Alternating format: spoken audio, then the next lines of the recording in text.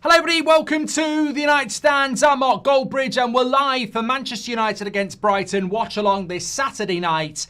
And we've got a big opportunity presenting ourselves tonight, haven't we? Chelsea have just gone and lost to Sunderland at home. Beating Sunderland at home is not for everybody, is it? So, if Manchester United could win this game tonight, we will go to 4th place. Even if it's just for a short while, we'll be joint 3rd with Manchester City. And if Liverpool win, we'll still be top 5 as well. So great opportunity for us. Chelsea losing. We're a point behind them at the moment. Obviously, Tottenham, Bournemouth play tomorrow. So Sunderland are 2nd in the league at the moment. We can't Sunderland winning actually means that we can't go to 4th overnight if Liverpool win, but we can go 5th. Sunderland 2nd in the league. Unbelievable. They were so bad when we played them as well. So bad. But look, welcome to the Premier League. I suppose it's I suppose in some ways though, it's a bit of a reminder that if Sunderland can go to Chelsea and win, Brighton can definitely go to come to United and get a result as well. But I'm feeling confident tonight. I think we've got a great chance to really just step up. And there are a few changes to the team, as we know. No Maguire, no Mount. Mount is on the bench, but Yoro and Sesko come in. And yes, Dorgu's playing at left wing back again.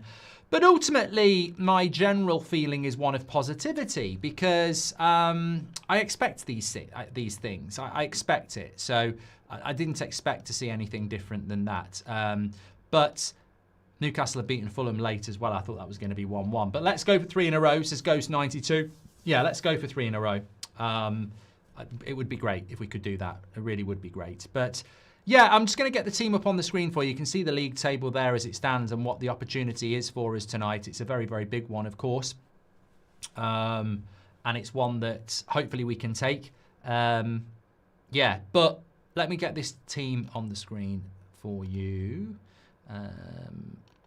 Hopefully that will be there, and pause that. Okay, so that's your United side for tonight. What is your thoughts on it? Well, I'm very, very pleased that Sesko is in it because I think it gives us that, the Garnacho curse. Yeah, well, Garnacho scored, didn't he? Sat there on the fucking advertising hoard after 4 minutes. Got hooked at 48 minutes and Chelsea lost the game anyway. So welcome to the world of Garnacho, Chelsea fans. We've got nothing against you. It's your problem. Deal with it. But look, a lot of people talking about Delo in the chat. Look, if you want, let me, I normally start with the positive, and I've started with the positive. I'm very relaxed about this. I don't want to hear any hammering out based on the team news, everything. It's a big performance we need from Manchester United. In some ways, I'm a little bit concerned that we don't have Maguire because I think his winning goal against Liverpool last week, it's a real shame that he's not on the bench or starting, but he has got a knock. Mason Mount had a knock, but he is on the bench. But then De Ligt in the centre-back, I think at least we've got pace there with Yoro and De Ligt. So I think that we're probably better prepared for Brighton with De Ligt and Yoro than we would have been if we'd had Maguire in there anyway. So that's a positive. Sesko up front gives us a focal point. I think that's really important at home. But if you're looking for negatives, there are 3 potential issues in that team, which is the midfield, which is Casemiro and Bruno. As we know, Casemiro is a walking yellow card and isn't particularly quick. And the Brighton midfield of Ayahi and Baliba is very energetic. And Minte down the right-hand side is very, very fast. And Delo, I think, is a liability. I actually thought he played very bad against Liverpool last week. But why am I so relaxed about it? Because I like Ruben Amorim. And I know that Ruben Amorim is going to value... Look, honestly, I want Dorgu to play left wing-back. He's got a left foot, he's quicker than Delo, and he's better than Delo. But what you've got here is what Bruno is in the midfield. We have a manager that is obsessed with Bruno Fernandes and Delo, and he wants to get them in the team. And whether we like it or not, what are we going to do? Sit and moan about it or get behind the team and hope that we can win a game? Look, maybe Amorim's going to prove us wrong about this, but I don't think Delo at left wing back is going anywhere for a very long time. I think he's his pick, and he wants him in the team. So I just sort of ignore it and focus on the positive, which is there's a lot to like about that team. And Mbeumo, Cunha, Ahmad, Sesko, Yoro, De Ligt, Lemens. There's a lot to like in that team. And look, Mourinho was obsessed with Fellaini, and I loved Fellaini. I loved Mourinho, but I hated Fellaini in the team. So we've been there before. I mean, you never get the perfection, do you? He's got an obsession with Dalot at left wing back. I don't like it, but hopefully it won't cost us. And as Brian Jacobs says, Dalot could be fine. And if he is, this is what I mean. If we lose the game and Minte gets a hat-trick, then, like I said last week, then we can discuss it. But let's go into it with a bit of positivity. I think we're going to win. I really do. I'm looking at the players warming up there. I think we're going to win. I don't think it's going to matter about the midfield. I don't think it's going to matter about the left wing back. I think we're going to win. Why I don't just to say about Dalot, by the way, the reason I don't like him at left wing back is because he's right-footed. You know, you can argue about what you think about him at right wing back, but he's actually out of position as well. And it's not like we're moving bloody Hakimi to left wing back. We're putting a pretty average right back to left back. That's my problem with it. If you're going to pick him at right wing back and put Ahmad on the left because he's left footed. But, you know, Ahmad was brilliant at right wing back last week against Liverpool. Just want to go into some of your comments as well. That's the team for the... We'll talk about Brighton in a minute because Baleba is playing. What was the story with Baleba and his deleted Instagram post? Was that true? Because I think I saw something where he'd put a little emoji laughing saying, coming to Old Trafford with a wink or something like that, which is, you know, it's banter, but he's deleted it. So Baleba is starting for Brighton. So hopefully he will be, you know, giving us... Man United practicing corner sets there. It's like watching Stoke. Hi, Mark. You probably already explained it, but what happened with Will in the podcast? Oh, King Nando. I mean, this is just such a boring conversation, and it's not for the United stand. We stopped doing the podcast. Will works for Birmingham City now, doing really, really well.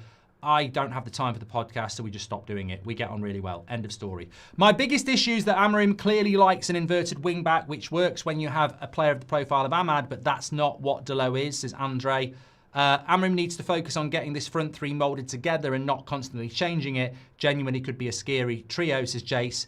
Garnacho hooked and Chelsea lost. Just need a United win, says Rajaf. Let's go Blue Jays, says Ryan T. And United. Thank you for the super chats that are coming in here. Luke says, could Dalot be used in the hope that his side is exploited overload, allowing us to quickly switch and counter to Mbeumo and Ahmad into space? Marky Mark, love you lad, 3 in a row, says Garrett T. Hope you're doing well. Thank you for 5 amazing months as a member, says Alfie, Affy's Knife Making. And here's to even more to come. All the best from Denmark. Hope you're doing well, pal. And V says, morning, hope the players like this game, take this game seriously. Watching Goldbridge show from the Brooklyn Bridge today. I was at the Brooklyn Bridge. What are you doing there? Is there a restaurant or something? Or are you just looking out with your phone? Sounds great view, V. Great view. It's crazy to think we'll be fourth if we win, says Ali. Come on, United. I reckon Sunderland may replicate Leicester's championship run. I don't know what's going on with Sunderland. I mean, I genuinely, if you're just tuning in, Sunderland are second in the league. They've just beaten Chelsea 2-1 at Stamford Bridge. Genuinely think they're the worst team we've played. Now, did we catch them on a bad day or were we really good? I'm going to say we were really good. People might say you're talking rubbish, but there we go. Josh Nuggets and Liam Rose, welcome to the Members Club. Thanks for getting your badge in. Nice to see that United guy as well. Scared we might lose today, one of our members. If you see a badge next to a name, it means they're a member of this club, and your badge changes every month you're a member. So thank you very much for all those in there. It's oil time, Mark. Break it out, says Alex. Dakodo, welcome to the Members Club as well. And Seth says, Amorim's interview feels like for the first time he looks relaxed. Bit of swagger. Also, the way he answers questions is just class. Look, these next 3 games are a challenge. For me, this is where the season really starts. Welcome to everyone on Twitch as well. Thank you for tuning in. If you want to subscribe for free, you can do it with Amazon Prime if you've got it. I think these next 3 games is where we learn about Man United. That's why they're really exciting, Seth. I look at the games and I go, you know what? Brighton at home, we've had issues. I went to watch us this time last year play Brentford at home, and for 45 minutes, Brentford played us off the park. We won it in the second half, but we've seen loads of teams play us off the park of the quality of Brighton at Manchester United at Old Trafford. So today is an opportunity to turn that corner. Next week, you go to someone like Forest under Sean Dyche, who have a system that's going to be very, very difficult. You beat them, you turn that corner. And then you go to Spurs, who are competing with you for 5th, and you get a result there, and you turn that corner. I know beating Liverpool is a bigger scalp, but we have done that before. We have beaten Liverpool, Arsenal, Man City, and it's never come to anything. These next 3 games are the games that get you into the top 5.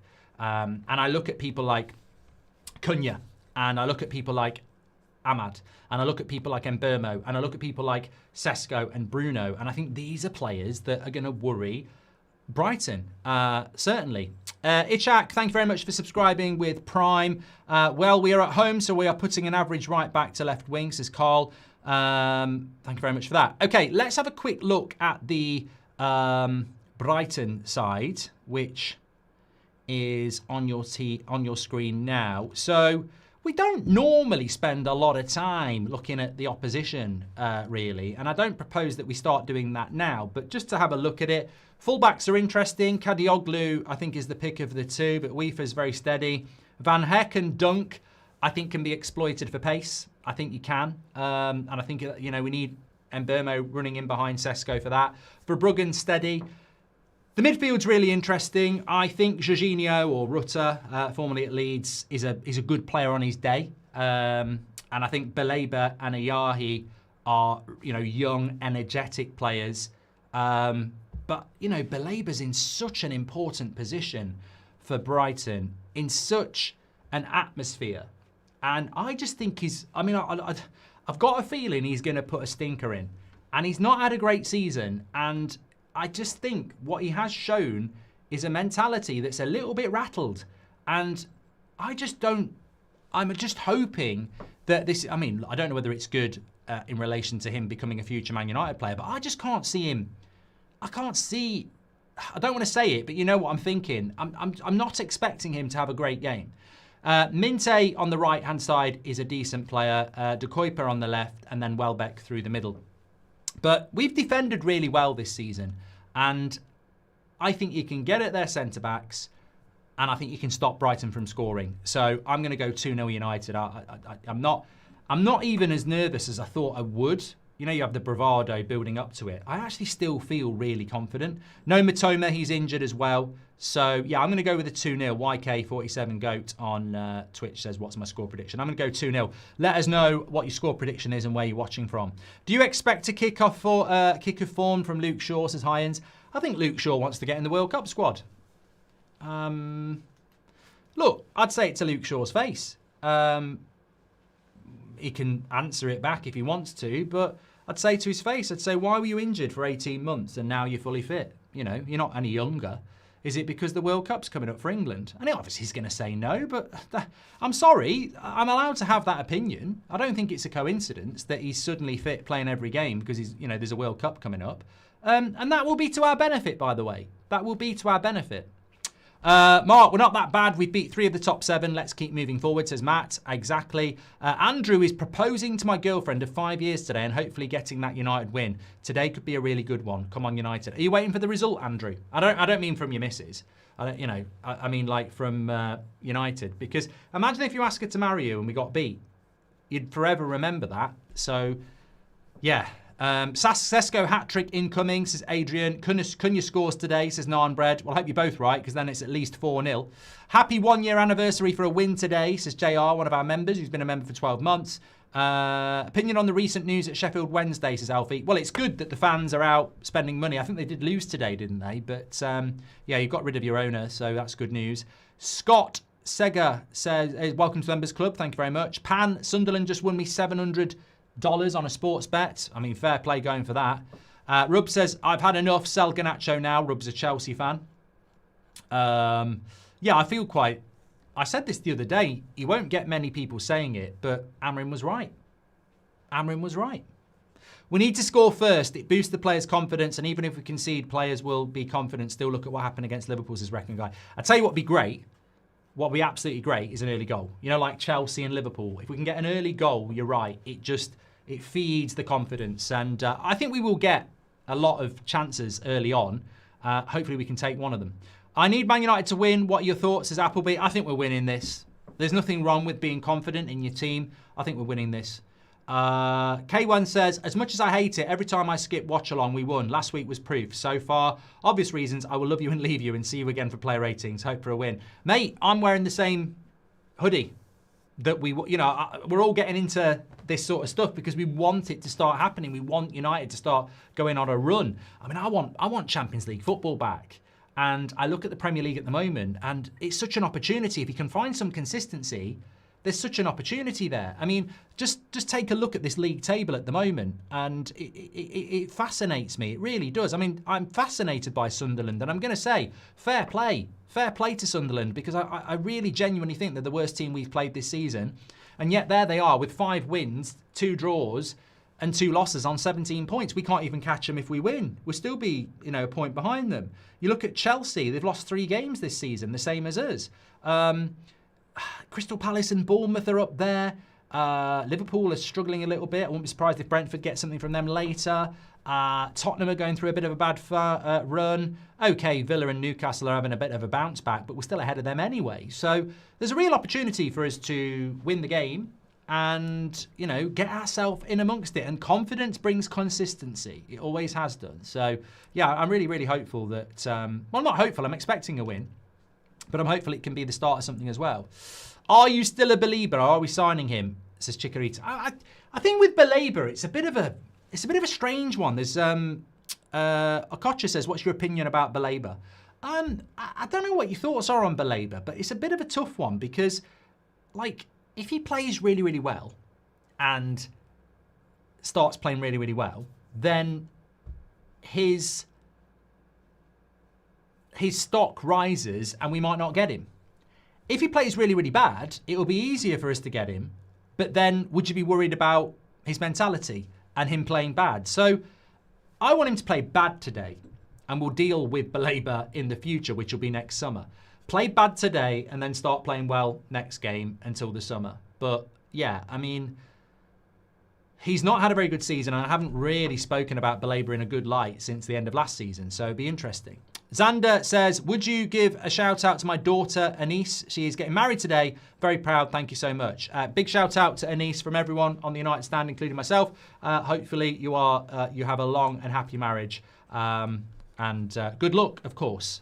Mark, I mean, I'm not saying good luck because of who you're marrying. I'm just saying good luck. Best wishes. Z3 Music Official is terrified. 2 big wins back to back. This reeks of a trap game. I hope they don't play complacently. We're at Old Trafford. 75,000 fans, players that get it, Delit, Yoro, Lamens, Ahmad, Cunha, Mbermo, these are Sesko, these are new players, they get it, they'll be fine. If Amrin wins today, he has a big case for manager of the month, says Atoya. Cunha scores at home will be loud, says JB. Thank you very much. Thank you very much for those comments. Joey O'Dore, thank you very much for subscribing on Twitch, you're very, very welcome. FFS Luke, welcome as well. Thank you very much. Make sure you give us a follow if you're on Twitch. We're getting close to, what are we getting close to? 300,000 followers, which is good. Continuing to play Delo is pure nepotism, says Lee Galdart. Dorgu was getting better every game. I just don't understand it. Is there a logical reason I'm missing? Delo's Portuguese. He's part of Amrim's leadership team, and Amrim likes him. It's the same as me being the manager and liking a player that none of you understand. That's what it is. I agree with you. I like Dorgu. He should be playing, and I think he's been doing really, really well.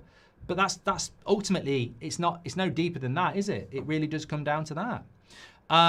Malacia on the bench, what are your thoughts, says Brady. I haven't even looked at the bench.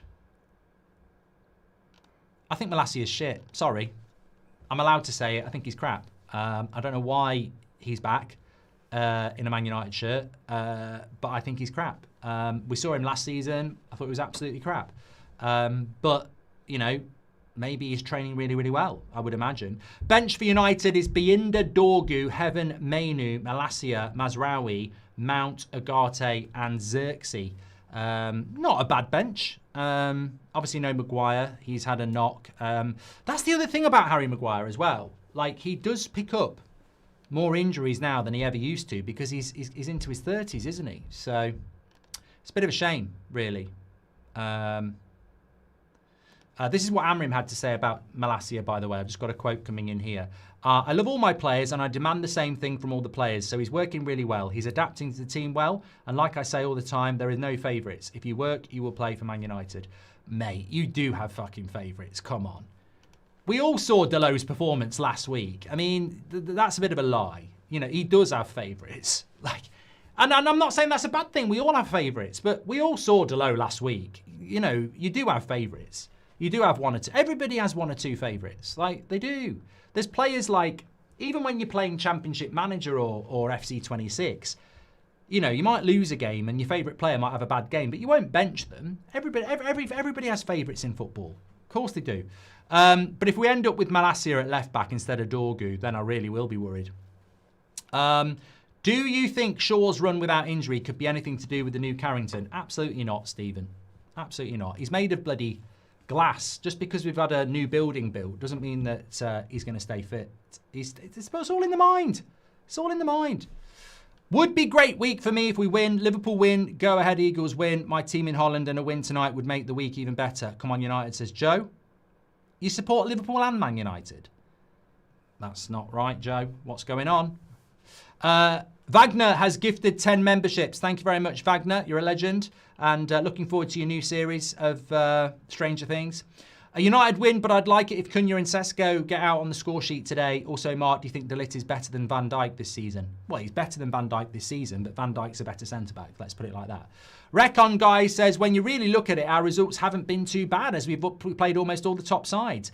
Obviously, there's some outliers, but we all know we need to improve. I'm actually really confident. Yeah, you got to be winning games like this. You have to be winning games like this. I think we can all agree on that.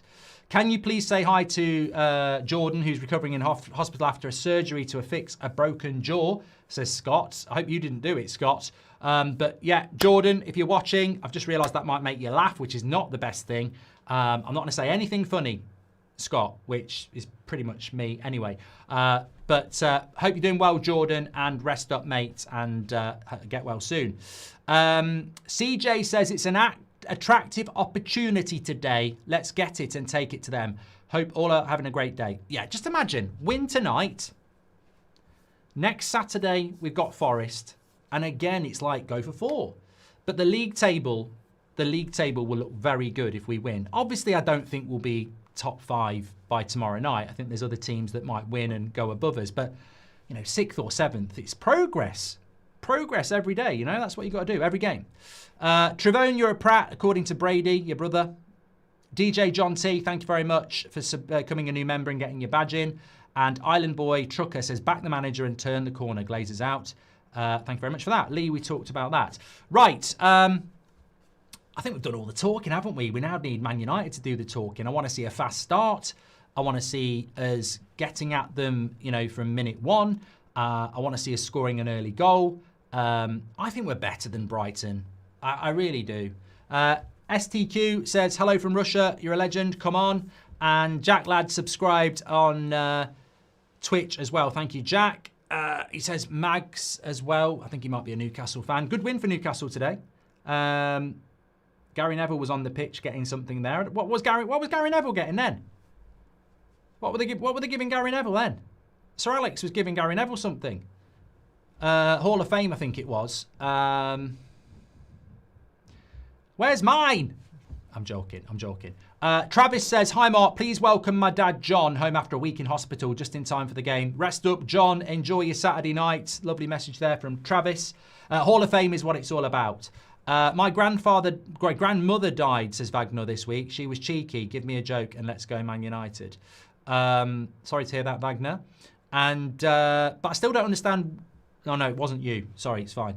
Forget Maguire contract extension and sign Dan Ballard. Great physical upgrade, 26-year-old from Sunderland, says Ashim. I'm hopeful the United Strand might be able to cut his hair soon, says Bram. Auntie Becky, you're a prat, says Reese. God, I'm giving out abuse. Nice to see some flags at Old Trafford. What's all this about then? Great to see all this. Don't know what it's all about, but I'll see you out there, Roy Keane. I'll tell you what, I'm up for this happening more. As you'll know on That's Football with the Bundesliga, We're very big fans of how the atmosphere there with the flags, etc. It's great to see. I mean, obviously, it's a little bit better there because they actually do wave them throughout the game. It's big atmospheres, but there's a lot of United fans that would like to have that atmosphere at Old Trafford, but they do not necessarily allow it. What do you think of Mount's overall performance, says Warm? I think Mason Mount's had a good season for Manchester United, but ultimately I think he's where he should be, which is on the bench when Cunha is Cunha and Mbeumo are fit. Get him on the bench, you know. Is anyone going to disagree with me on that one? I wouldn't have thought so. Thank you. Beth probably will. She loves Mount. Thanks everyone who's tuning in. Thank you for all the super chats. The players are in the tunnel just about to come on, walk onto the pitch here. We're very close to 209,000 subscribers, so please do subscribe today. Get involved with the United Stand. We are live every night at 8 o'clock, every morning at 10 o'clock, and every afternoon in the week at 2 o'clock. So get involved with the United Stand, the biggest and best United community. Look at all those flags. I'm loving all that. Loving all the flags in the Stretford end. Don't really know, didn't know it was going to happen, but I've got to tweet about it because it's...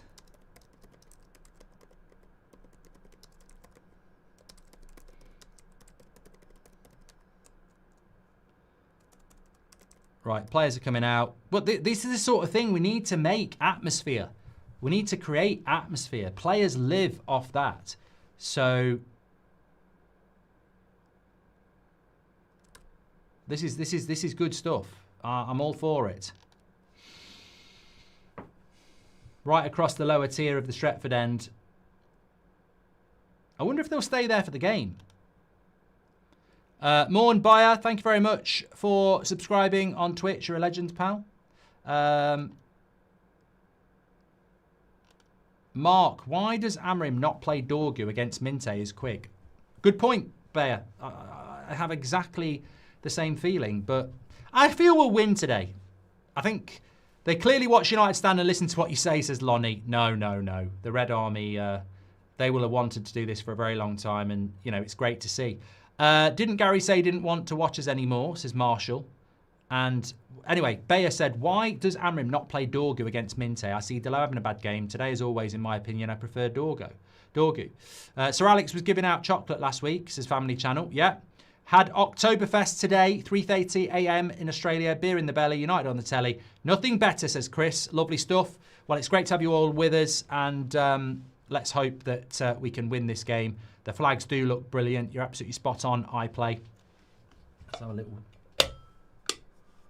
Might be really hot, this. It's actually fine. Thoughts on the team, Mark, Eddie? I'm happy. I want United to win. I'm happy. I'm going to be positive. I think that ultimately I don't agree with the midfield. I never will. I'm just here to get proved wrong, and I don't like Dorgu. I don't like Dorgu not playing, and I don't like Delo at left wing back. But apart from that, it's really about winning, isn't it?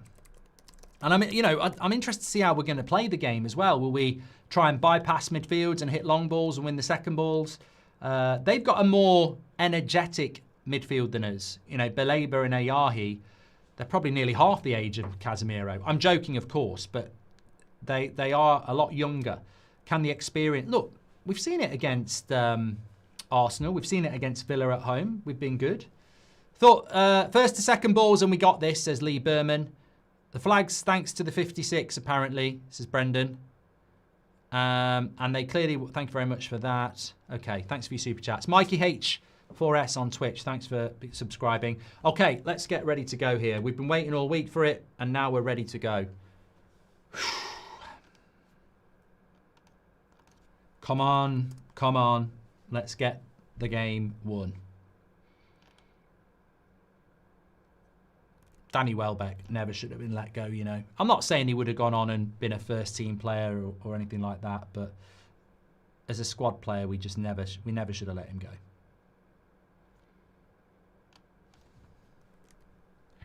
Let's have it, lads. Let's get out there and get at them. Let's get this win today. Bruno talking to the team. And you say he's not a captain. You know what I'd say? Bruno, I love your shouting and everything, but could you please show some discipline in the midfield? Because when you fuck off everywhere, you leave big holes. Just saying. Don't think it'd go down well.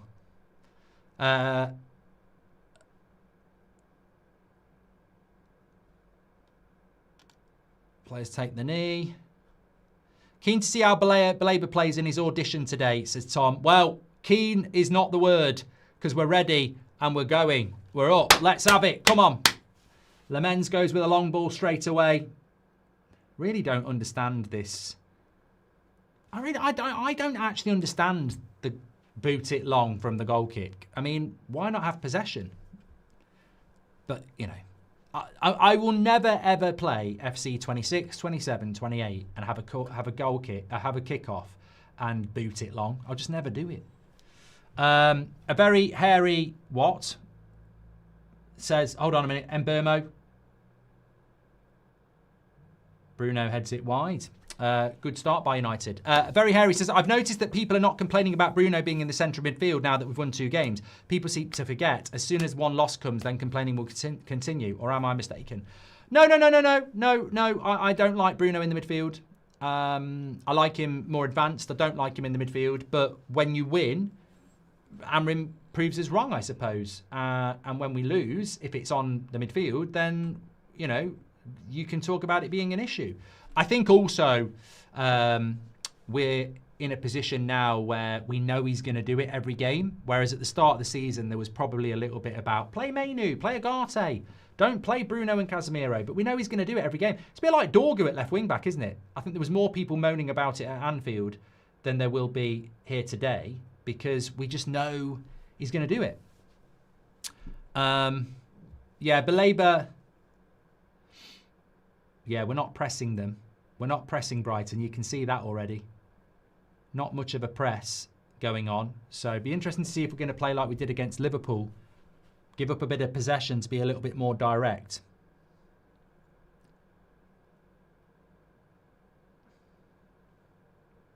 David says that there is every possibility that the win over Liverpool is the beginning of us moving up. That win in particular will give confidence and create a togetherness.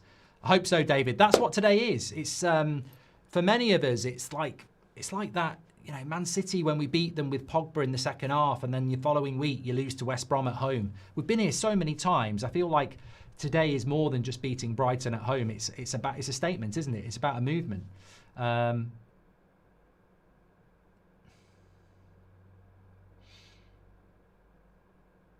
Is Baleba number 17? I just want to make out. I think he is number 17. Yeah, Baleba's number 17.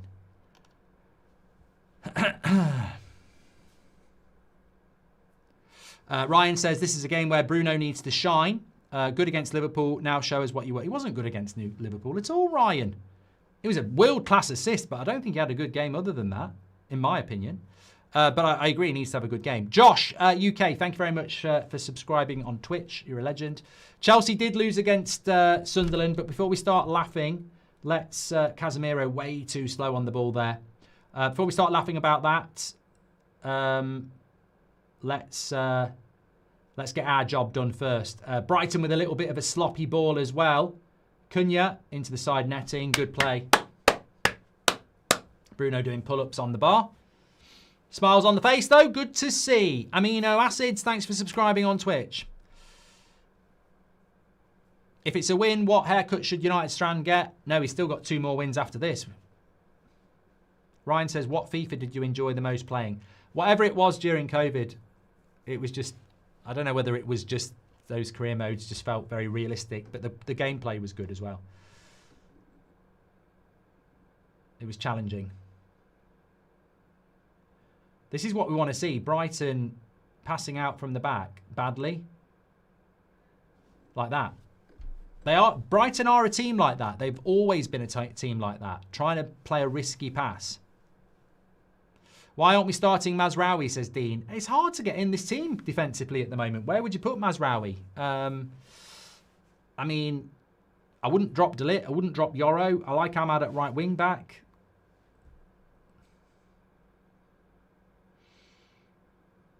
A little bit sloppy with the passes so far.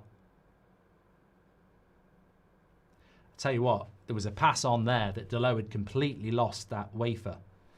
And thank God he didn't see it. But both teams not really passing particularly well.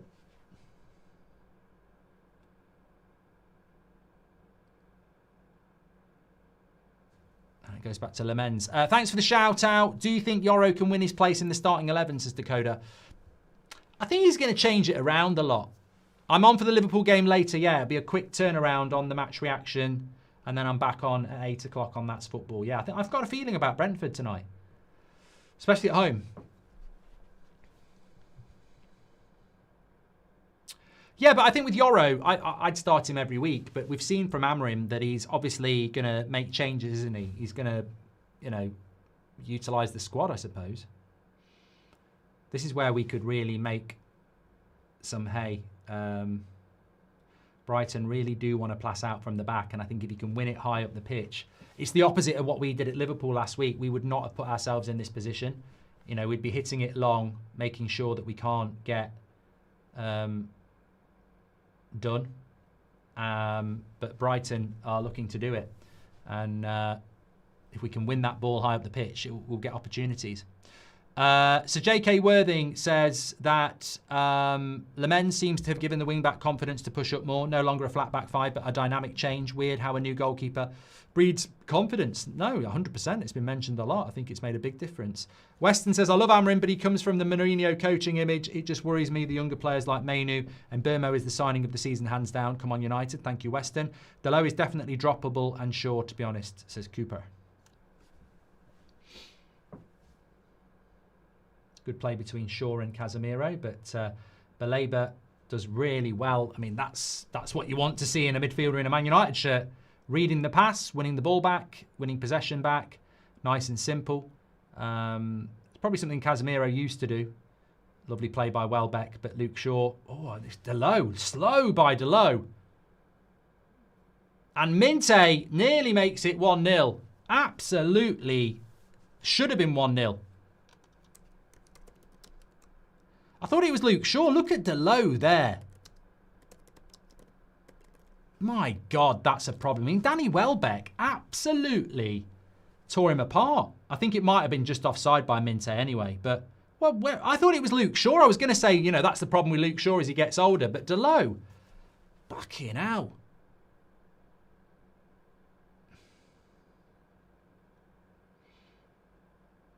Connell says, when is the perfect time to sue United Strand for the name? 4 wins in a row. How has Welbeck outpaced Delo there, says United 85. De slow, says Clip Crusader. Very good.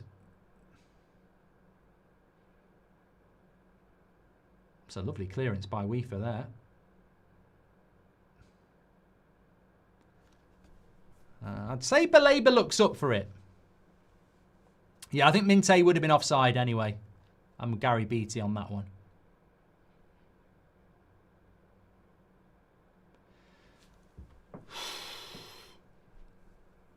Keep an eye on number 26, says 007. Ayahi, he's so good. So many of these Brighton players are like early 20s, aren't they?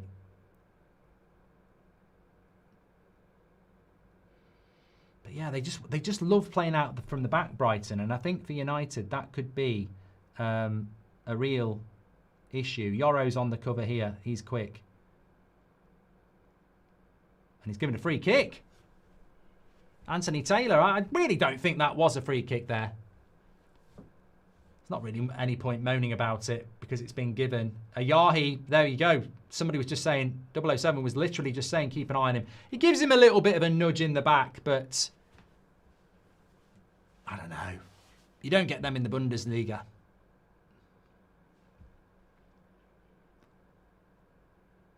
It's very early days, but I don't like how Brighton are in the game.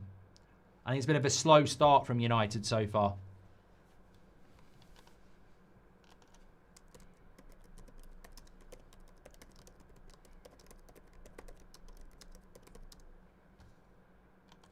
That's running off the midfield as well. Right, chance for them to put a cross in here. Obviously, they've got people like Dunk and Van Heck. They're very good in the air. We haven't got Harry Maguire today. Cross is good. Headed away well. Good shot and good block. The Labour in front of the Stretford end, shoots wide.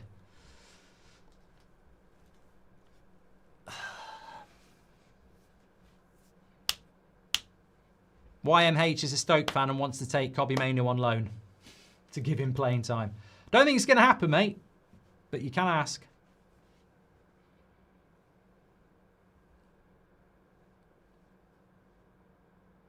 Now United trying to play out from the back. Let's see how we do. Good play by Yoro. Goes to Lemens. Boot it, boot it, boot it. Well done, mate. If in doubt, boot it out. Tell you what, Brighton are worrying me a little bit because they're starting to get some good rhythm on their passing.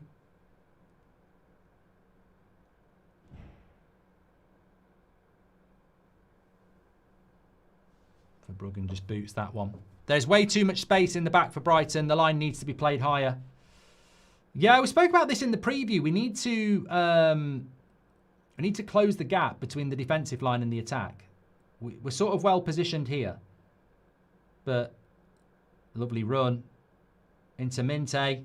Ahmad's got to get back. Terrible cross, but he'll... Good defending there by Casemiro. Used his body. And Burmo's done well. And I thought that was a foul, but the referee says no. So no consistency there. Thoughts on Hertzler and the hype around him? Rajaf, is this the Brighton manager? I've never rated him. I think he's a bit overhyped, but... you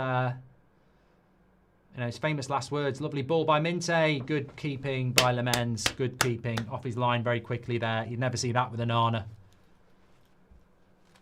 I think the score will be 6-7. Oh, fucking hell. Think before you talk. Apologies in advance. Why can't we keep hold of the ball? Well, Sesko at the moment is a bit of a irrelevance. Thanks everyone who's watching, by the way. Please share the video. We've nearly got 40k. Van Heck does well there. Lovely pass. This is Brighton at the moment.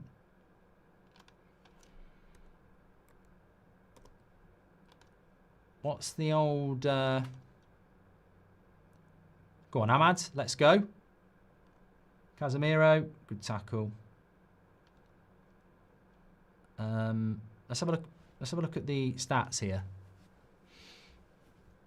Yeah, 57% possession for Brighton. Maybe we are looking to just do that. Maybe we should just do that a little bit. Very pacey team. That's an issue, says Eddie. Yeah, we don't have a lot of pace in this team. I mean, Cunha and Mbeumo are quick, but I wouldn't say they're rapid. Delow's not quick. Ahmad's, again, a bit like Cunha and Mbeumo. He's not slow, but I wouldn't say explosive. Same with Sesko. Certainly not Bruno and Casemiro. So we're not... yeah, I agree, Addy. We're not necessarily the quickest. Leon's Twitch, thank you for subscribing. And Notts County Ben, hope you're doing well. Did you win? I think you won today, didn't you? Sure, I saw that you won today. See Leipzig 6-0. Bundesliga crew 6-0 away to Augsburg. I think it finished 6-0 as well.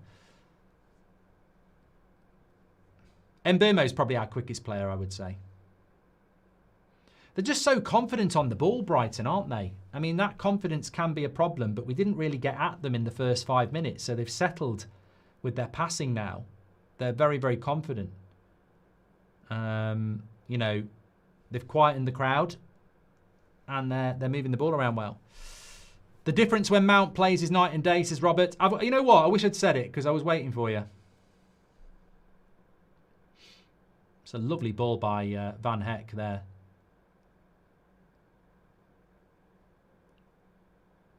They're just very, very confident, Brighton. Dare I say it, they're quite good to watch.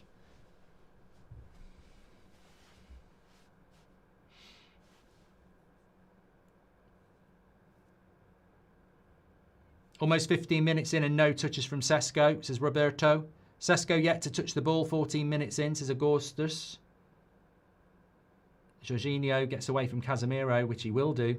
Just runs past him. Welbeck goes down from the shot. Midfield's getting absolutely overrun here. That's shocking the way he just runs away from Casemiro.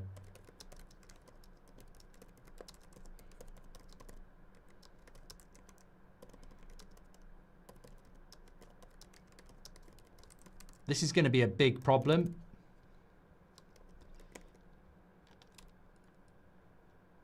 This is going to be a big problem for us. You know, Casemiro and Bruno against two really quick players. But this is a lovely ball to Ahmad down the right-hand side. First chance for Manchester United to attack. Penalty. Why not? How is that? Anthony Taylor, for God's sake. That's the most stonewall penalty I've ever seen.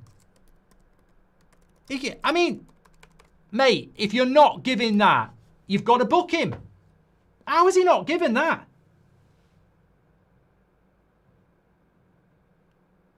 I mean, it's stonewall. Talk to me. Even Liverpool fans are saying that's a penalty. I mean, it can't not be a penalty. I'm sure we're going to get a VAR review. I think United are just passing it around waiting for it, surely.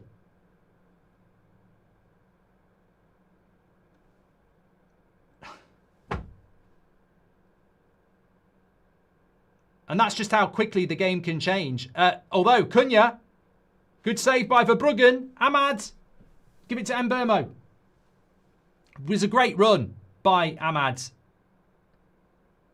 Are we not having a VAR? Are we not having a VAR review then?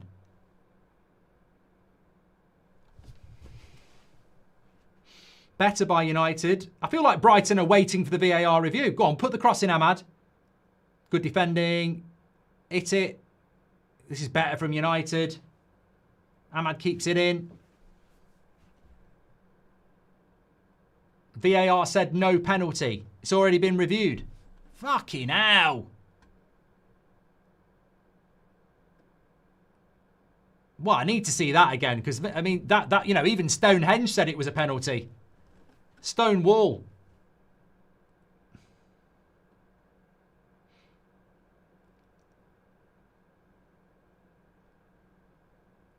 I mean, come on, it's blatant. How's that not a penalty? I mean, it's just blatant. That's a penalty.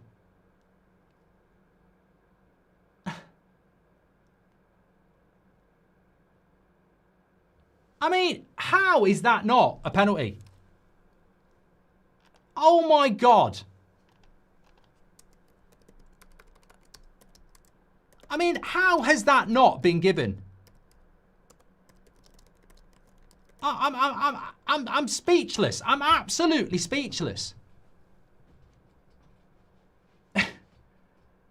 I mean, I expect it with Anthony Taylor. He's crap. But VAR? Come on. We're all waiting for it. Another example of shit refereeing in this country. Exactly. Exactly, Bob. I mean, I'm just struggling to... I'm struggling to find a reason why. Is Michael Oliver on VAR? Oh, he is! Oh, he is! It's the bloody Chuckle Brothers! You pair of prats! Pratman and Robin. Literally, Pratman the referee and Robin Twat on VAR. Robin has points again. Pratman and Robin. Absolute joke. Michael Oliver on VAR. What a fucking surprise. Here we go again.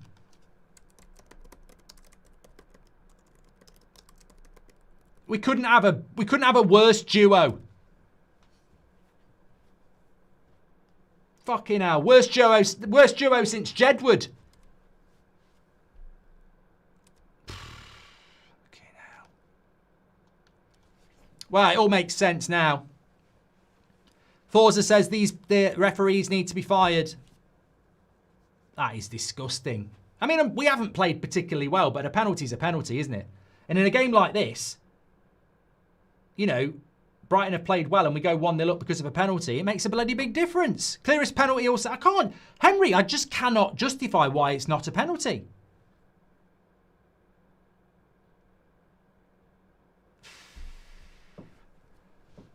He leaves his leg out and he makes contact. Penalty. Shocking. Absolutely shocking. Clearest penalty all season, says Henry. Any level that is given, says Jack. Michael Oliver is important, says Swami. Or impotent. Delict does well there. 100% of penalties, says Billy. Wagner's gifted 10 memberships again. You're a legend. Anthony Taylor is the ref and Oliver on VAR. I mean, that duo, I can't think of a worse duo. I can't even create a worse duo. I mean, try and give me a worse duo than Michael Oliver on VAR and Anthony Taylor on there. I mean, that would be like bloody Ollie Murs and Will Smith teaming up to do a bloody duet. I can't stand either of them vocally.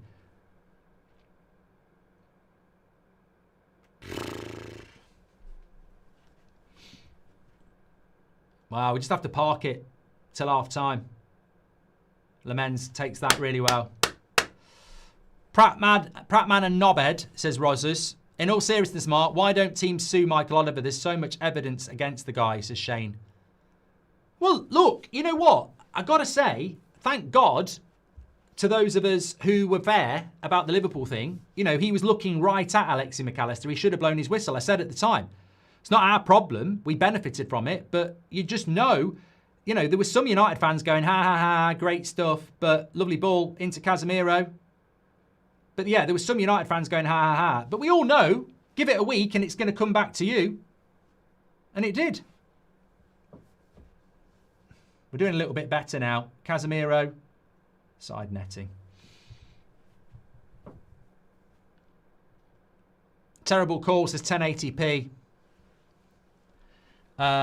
Kean says, they said the defender got a touch on the ball and were praising Anthony Taylor. Bullshit. Mate, hold on a minute. Hold on a minute. Howard Webb, by his own fucking admission, wasn't there a penalty given against Arsenal last year? Or wasn't it Arsenal Brighton last year? Where you can get a touch on the ball, but if you foul the player, it's a penalty. They don't even know their own bloody rules. Like literally, well, it seems to have spurred United on a little bit anyway, so at least that's a positive. But that's a terrible kick out from the back. And then Burmo goes down again. Anthony Taylor says nothing. This is where we can get at Brighton now. I feel like that penalty might have just got us going a little bit because we're pressing really well. But they've played through the press a little bit there. Yoro does well.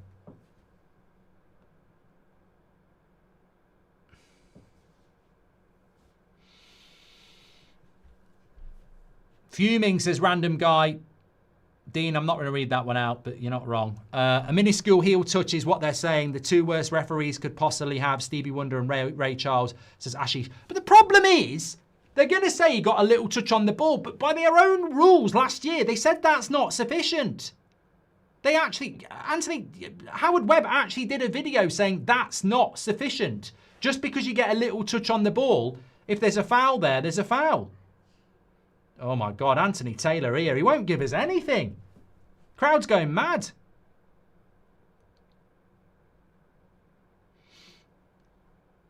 Apparently he got a back heel on the ball. I'll have to look at it at half time, Daniel, but there wasn't enough for me. Sesko. We have played a little bit better since it though. Goal! Cunha! Get in! Justice! Absolutely felt that was coming. And who said he'd get a goal at Old Trafford tonight? Cunha. Have that Anthony Taylor. And have that and Michael Oliver as well. And Howard Webb, you can have one as well. Get in. What a finish by Cunha. Absolutely deserved. First goal in a Man United shirt. And he took it well. That's bloody justice, that is. Justice. What a hit. You know what, though? To be fair to the players, they did respond to the injustice. They did. They really, really did. We really were, before the penalty, under the cosh. Since the penalty, we've gone up a level. Lovely finish by Cunha. Uses the player as a guide to curl it into the bottom corner. Look at the way he curls that around Van Heck. Curl, curl, curl. You don't save those. Wonderful finish. Wonderful finish. And a great way to open your account. Get in. Get in. Lovely goal. Lovely goal. Bloody justice. Get in, says Reckon Guy. I'll tell you what, if anything, that penalty has fired us up. It really has. It has fired us up. And Brighton seem to lose a little bit since then. Right, let's go and get the second goal now.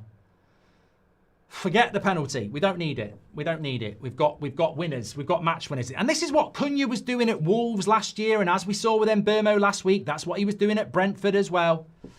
Lovely stuff. Quentin says you've got no idea. Don't know what you're talking about, mate.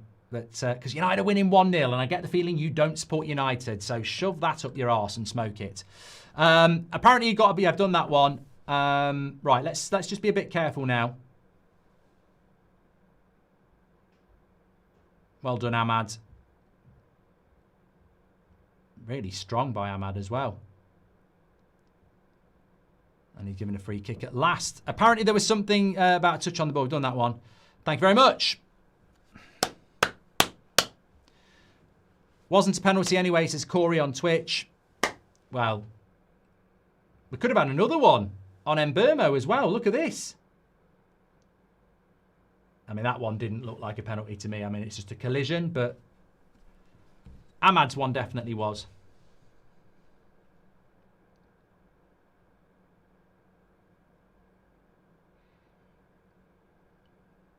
Weston says, no need to look, Mark. The ball doesn't change course or spin in the ball. He missed it completely. Take it out of the hands of the ref. Cunha, says Weston. Last week we were direct. Today we're playing tiki-taka. Amrim is developing our identity by teaching the players the history of modern football in a practical way, says Tabiso. I wouldn't go that far, mate. I mean, I think up until the penalty we were very, very poor. But the penalty just seemed to give us a spark. We should have started the game like that. I thought the first 15 minutes was a bit poor. And Brighton were the better team. But then when we didn't get the penalty, we seemed to spark. And, maybe that's a lesson that Amrim will take away, because he's obviously very good at spotting those things. We didn't start the game very well, but the penalty seemed to spark us into life. So, but it's a learning process, isn't it? As I say, we just got to get out of the game with a win and keep learning. And, Rome's not built in a day. I've got a feeling we ain't far away from being back, says Ray. Shut up. Shut up, Ray. After Bum Nacho, Anthony Sancho, to see players like Cunha and Mbeumo play for us is unbelievable, says Rajaf. Another beautiful one-touch pass by Bruno, says Kana Dave.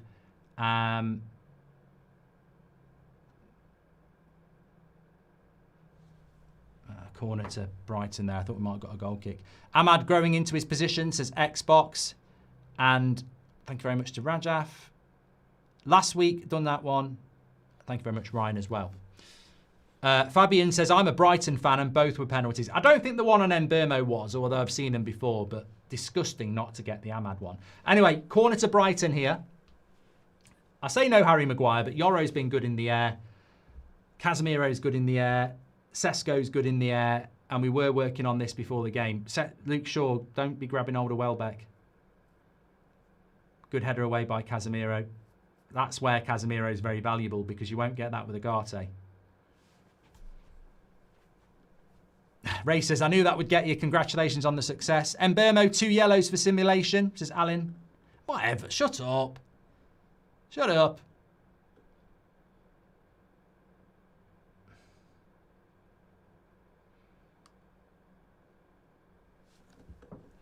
Look at this back six we're playing now. Look where Delo's gone. You seen that?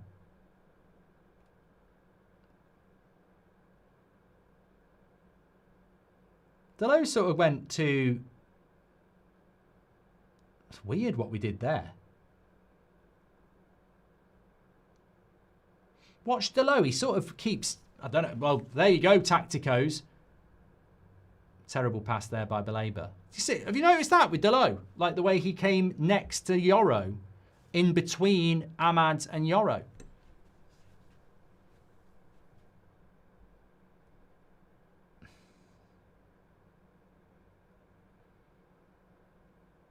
We had a back six. Delo came over, and then I can't remember who was over on the left-hand side.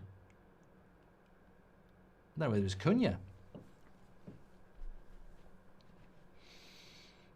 First year in a long time that TV subscription is still active going into November. They're playing exciting football again, says Junkyard. A few years ago, an injustice like that would bring the whole squad's head down. It's great to see it fires them up. Great point, Michael.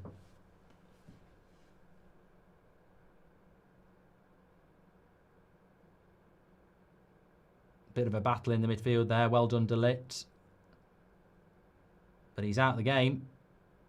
Mente. Oh, my God. Pace. We got away with that a little bit there. We got away with it a little bit there. Bloody hell. There was people... Watch this from Minte. There's people sliding in all over the place. I was thinking penalty. Goes past Luke. That one from Cunha. That was the one that worried me. I was like, fucking hell. Watch Cunha here. Didn't get the ball. And thankfully didn't get the tackle.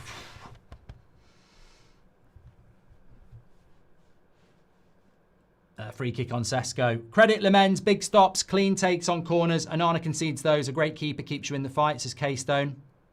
And Alberto says, imagine if we'd signed Lemens for the first game of the season. We could easily be 4 to 6 points further in the table. Amrim in, go United, says Alberto.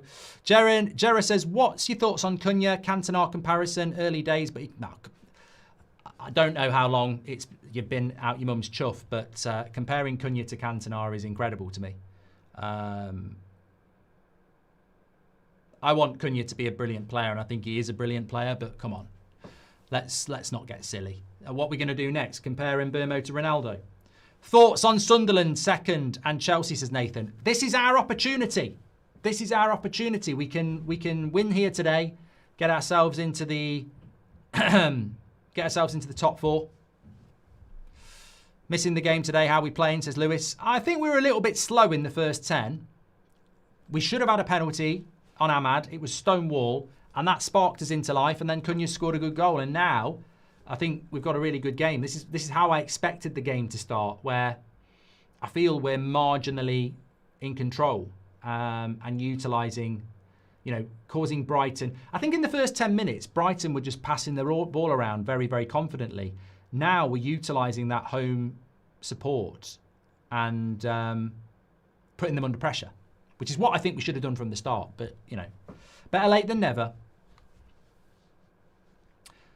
Hi to Brax from Lord Tricky. Hi to Brax, thank you. Oops, welcome to the Members Club. Thank you very much. Michael the Dog on Twitch says, what do you think about Bournemouth being in the top 4 since game week 2?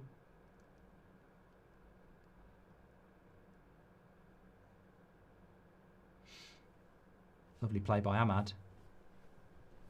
Love De Ligt's energy, says Almaco. The important thing is to get the second goal here. I think we can take the wind out of Brighton's sails if we can.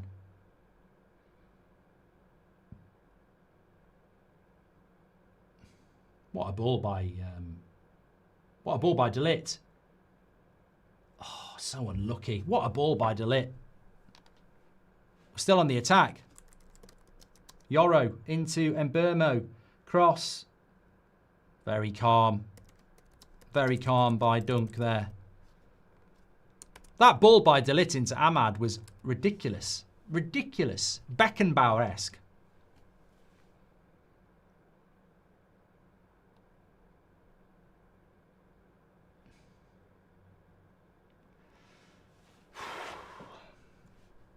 This is where you win it. This is where you win it. I don't know why Brighton do it. 2-0! 2-0! Deflected Casemiro. Game over. It's all going our way. Get in. Oh, have that. Have that. A little bit of luck going our way. I'm milking the cow again. Little bit of luck. It's not a great shot by Casemiro, but it deflects. It goes in. The keeper's already dived. And we're cruising here. We're back. We're back. No, we're not. We're not saying that. But this is what I want to see us doing. I said this in the first 10 minutes. Brighton will keep playing out from the back. They don't change the way they play. And if you can catch them and win the ball back high up the pitch, there's plenty of space to go and, if you don't buy a lottery ticket, you don't win the lottery. And that gives us some breathing space now. And that should be game over. Wow, it's a long way to go. But a little bit of luck is what it's all about. And Casemiro with the goal.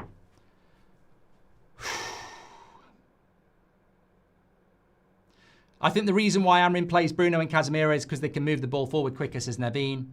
United, says Recon Guy. No better feeling than us scoring and winning, says Jacob. Thank you very much for that. If Brighton drop their heads, we can go and win this by a lot. I didn't want to say it before the game because I didn't want to jinx it, but he's offside there. He's offside there. But Baleba, he ain't at it. And that helps us out a lot.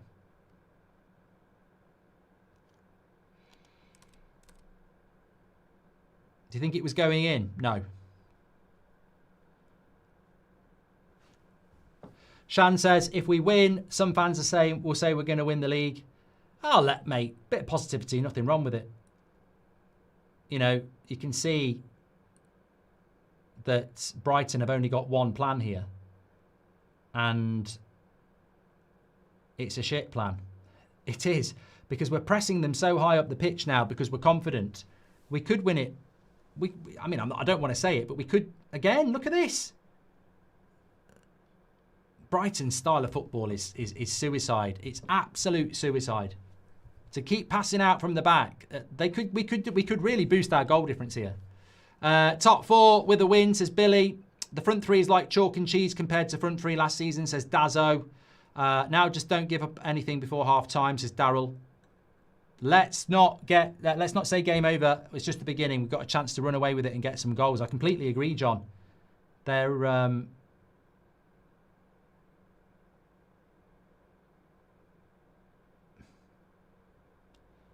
not going to change the way that they're playing, and if just a little bit of relaxation from us and wait for the mistakes from Brighton, which will come, and we'll be able to keep picking them off.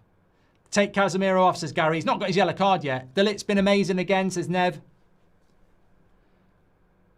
We're at 4th place, apparently. Thank you. Sorry. Corner ball to them here. Cunha cooking. Delo cooking. Casemiro cooking, says Swish. 3 wins in a row, dare I say. Delo's cooking. What, are you on the fucking payroll, mate? What's Delo cooking? Beans on toast. We nearly conceded because of fucking Delo. Don't know what you're talking about. I'm more than happy to say that Casemiro and Cunha are cooking, but don't throw Delo in there and think I'm not going to bloody notice. Brazil 2, Brighton 0, says Mark. Corner to Brighton here. Right, let's defend this well. Not as well. Dunk did get his head on it, but it's gone wide. Let's go, Country Road, says Wagner. Don't let our focus down now. We've got to finish it, says Aditio. Top 4 with a win, says Billy Badfinger. Thank you very much. Our new tactics holding them to playing at the back is finally clicking, says Twitter. Our goal distance is currently +1 now, says Mr. DB.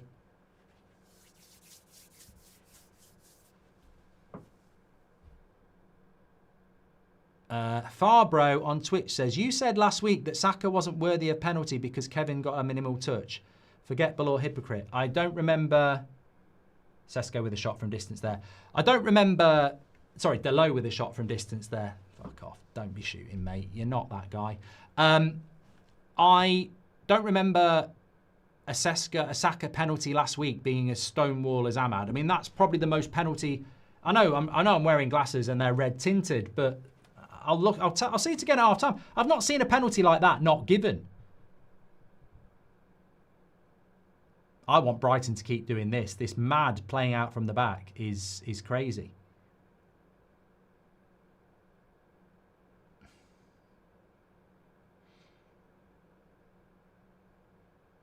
Go on, you keep that in, Luke. Goal kick. Hope this convinces Baleba to join us. I mean, he's been crap, mate. He has been crap. United Strand, here we go, says Lord McFred. I think Hertzler's a bit of a twat. Not a twat. I think he's a bit of a prat for picking Baleba.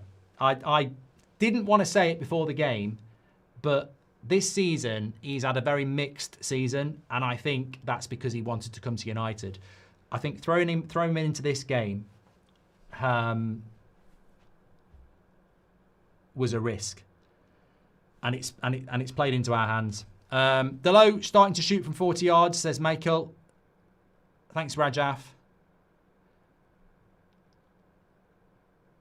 United Strand special guest for the Tottenham watch-along. Got to beat Forest, yeah. Show us the league title, says SL.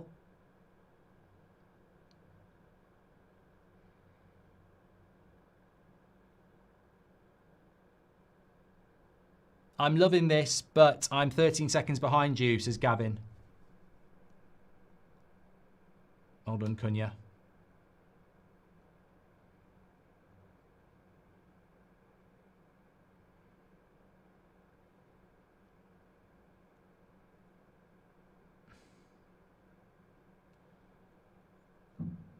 Eddie Mack says, if we win the game, we'll have turned a corner.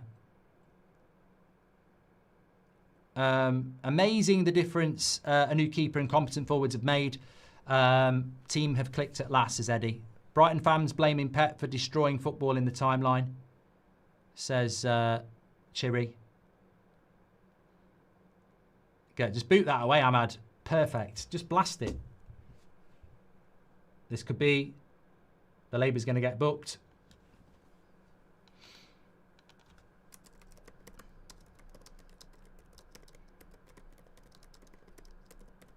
He's had an absolute stinker, the Labour.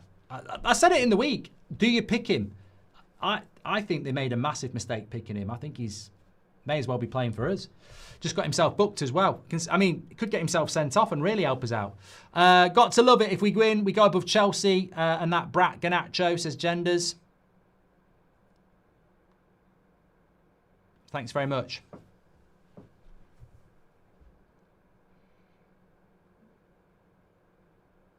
I think he'll get hooked. Belabor. I'm actually enjoying watching Man United. Hope we can keep this up for the rest of the season. Thanks for all you do, says Cohen. And Belabor's price tag's going down by the minute, says Daryl Street. Well, the good thing about it now is that we can just sit and counter. At 0-0, we've got to be a little bit more on the front foot, haven't we? And that creates the space. But I would just close the gap between the defensive line and the attack now. Sit in front of the defence. Jamie says top 4 this season. I think it's you know, it's very early days. As I said the other day, if we can, the problem with getting into well, it's not a problem, but if you get into the top 4, you then got to stay there. There is a thing as sort of getting there a little bit early. He won't keep that in. Goal kick. I'm clapping goal kicks. I'm clapping goal kicks here. Thanks everyone who's tuning in, by the way. United 2-0 up here. Make sure you subscribe to the channel, bottom right-hand corner, and get involved with the United Stand. Remember, we've got player ratings in the match reaction. We'll talk about that at half-time. The players who've stood out for me. I think there's some obvious ones, of course. And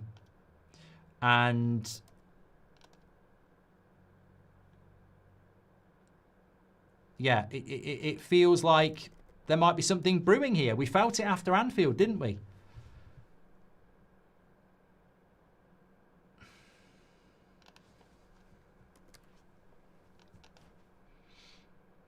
A team playing with confidence is a dangerous thing.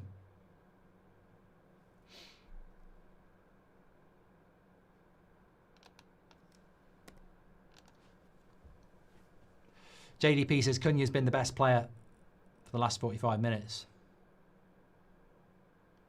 A lot of people were saying Cunha was going to score today. I suppose there's an inevitability to that because he hasn't scored for us yet, and we know he's a goal scorer. But it's a very good finish. Title's back on, says Lee Worsley. If we are turned into the top 6 by January, do you believe it will... this should be Sesko! Oh, I thought that was in. We literally hit hands at the same time. I thought that was in there. Cunha with the reverse pass. Bruno with the pass into Mbermo. Lovely play. He's well wide with that. Good build-up play, though, by United. Lovely play by Bruno, Mbermo, Cunha. Viking Crypto says, oh, we're too direct. I don't like it. Love Arna. Nice little joke. Happy for United, just don't get too good, says 1080p. Don't forget, people are annoyed at United, Mark. Let's go United, says Wagner. You can see the quality coming through, says Andy. It's Dave's World. Thanks for your super chat.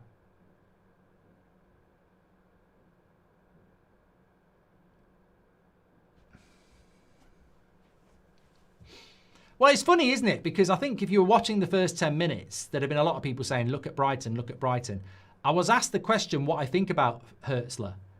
And I actually think Brighton are the most inconsistent team in the league, which is saying something when we support United. But hopefully that's about to change. But they're so inconsistent because they only play one way. And it's catastrophic when it doesn't work. But it's good when it does. And away from home, it's problematic. Although this is good play by Welbeck.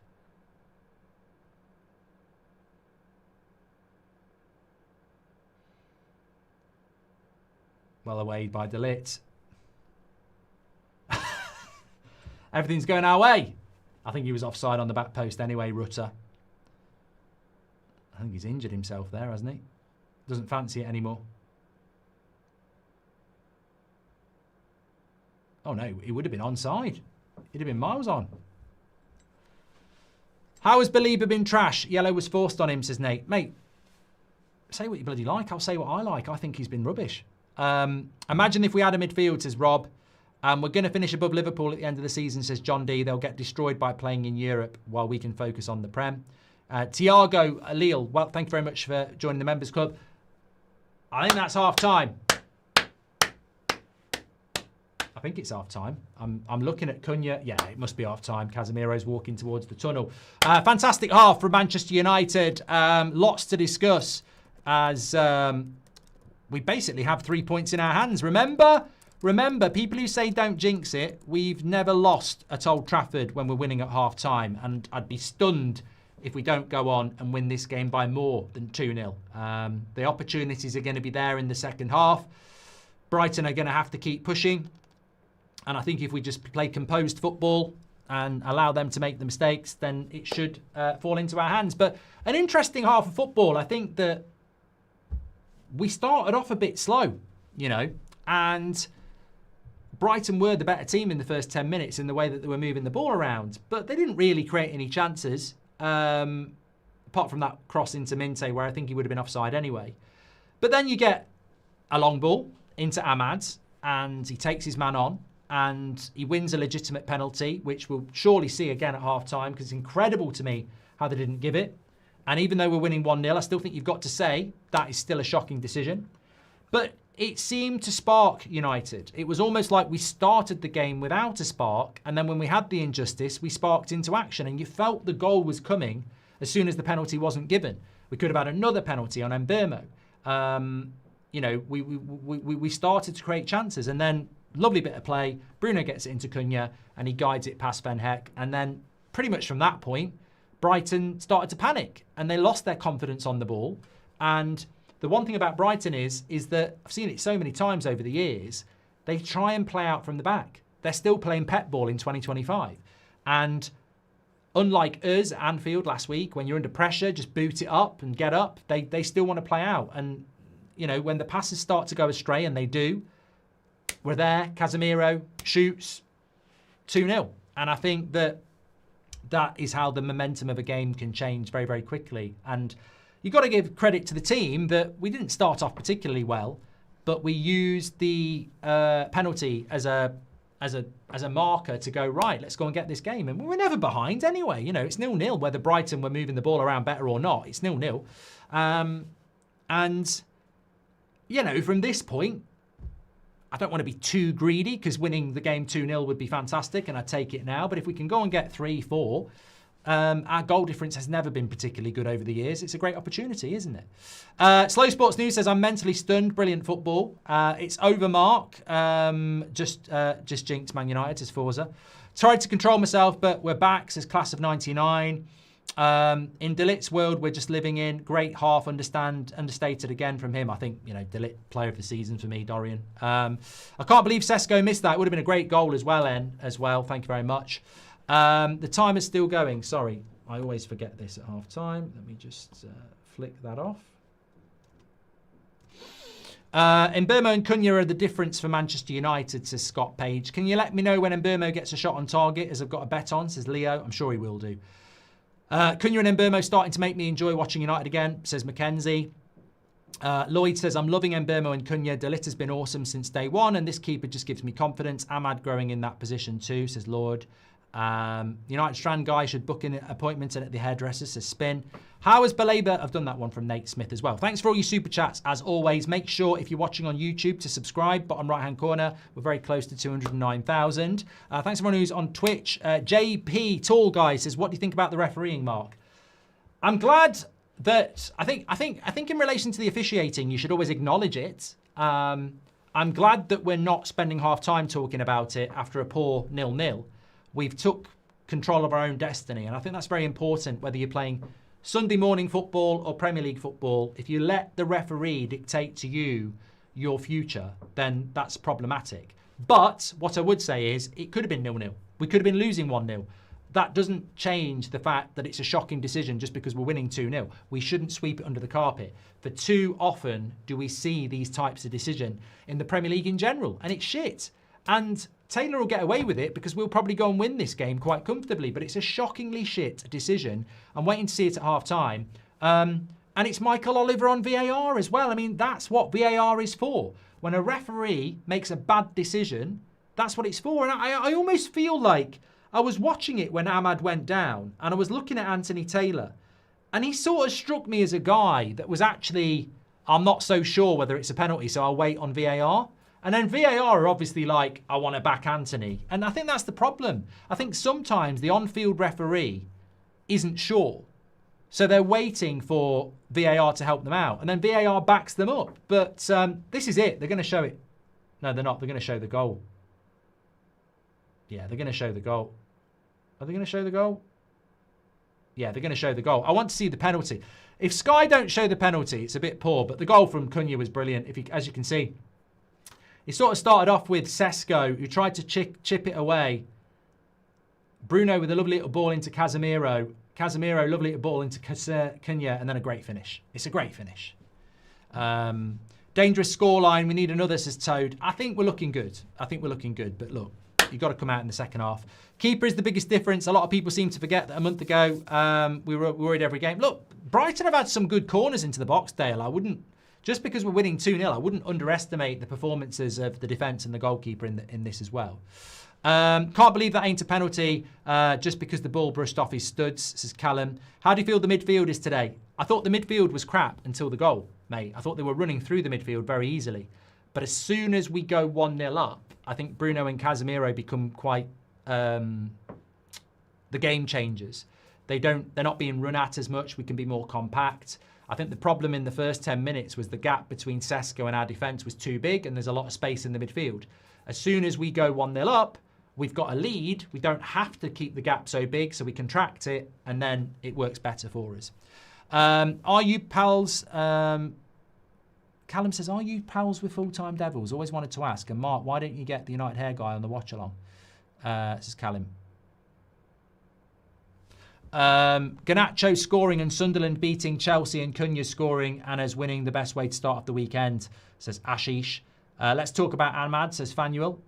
Well, I want to see the penalty. That's what I'm waiting for. Did we dodge a bullet with Belabor, says Tilak? Well, I don't think we've dodged a bullet. That was a good chance for Brighton. I forgot about that one with Welbeck. But I think all these chances are half chances, really.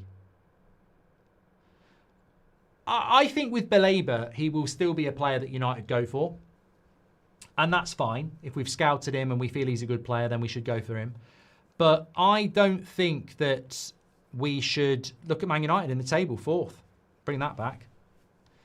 58% possession for Brighton. And they've had more shots, but we've had more on target. They haven't showed the penalty incident.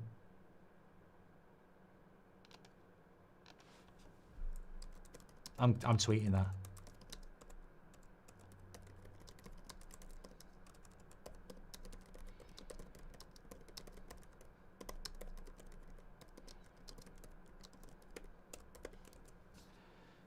They haven't even showed it.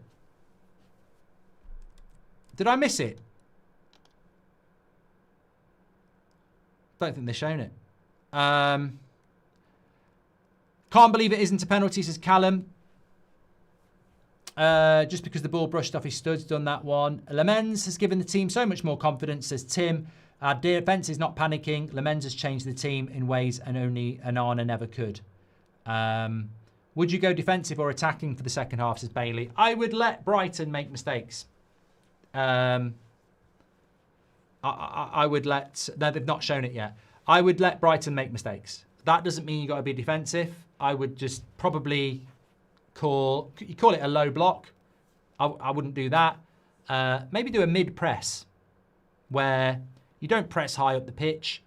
You just wait for them to make mistakes, which they will do. The way they play and the passes they play, they'll misplace a pass and then you press collectively, which is basically what we did on the second goal. That's how I'd play against Brighton now. We don't need to go gung-ho. We don't need to stretch that defensive and attacking line and keep the space in the midfield contracted.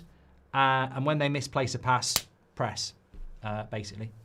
Thank you, Bailey. That's what I would do. Coins, thank you. Welcome to Members Club. Do you think we can finish top 4, Mark, says Alex?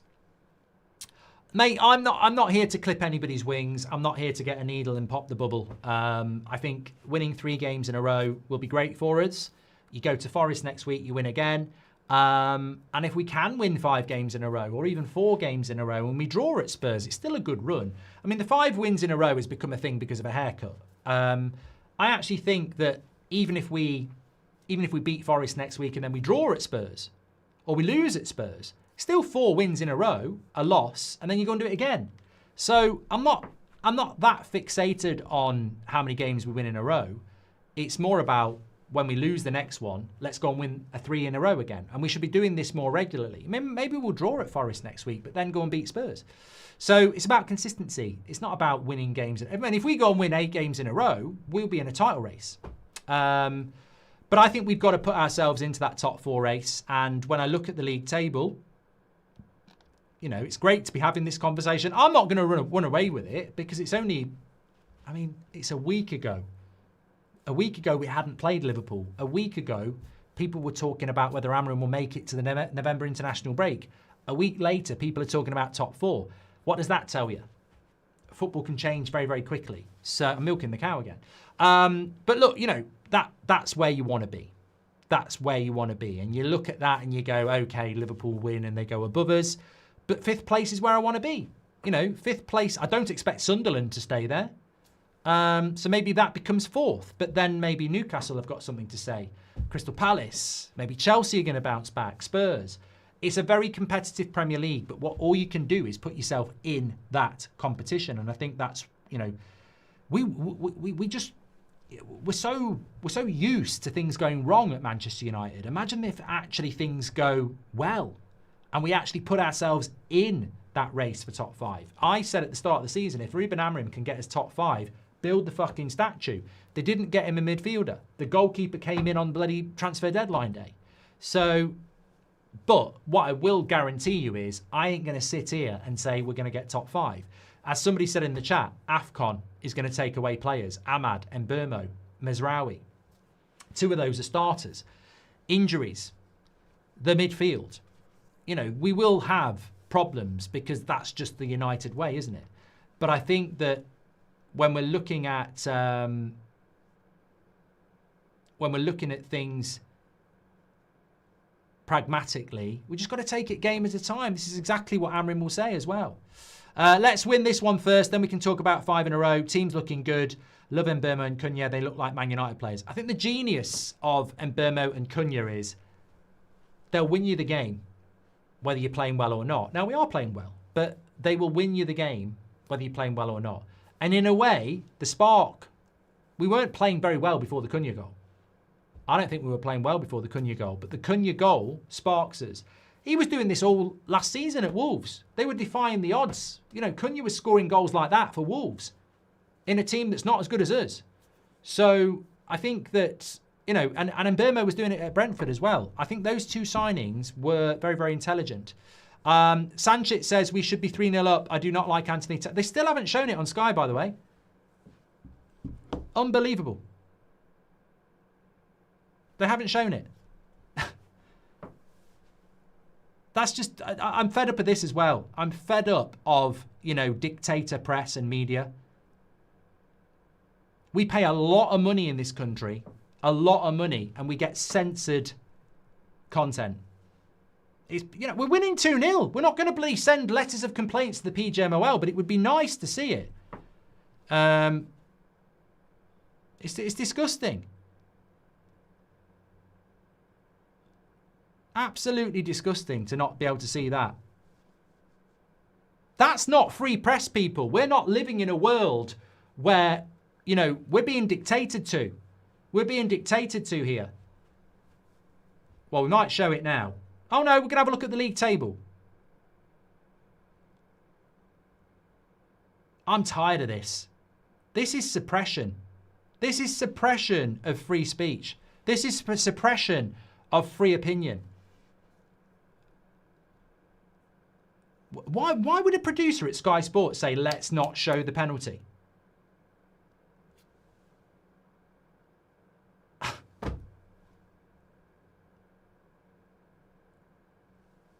How much do we pay?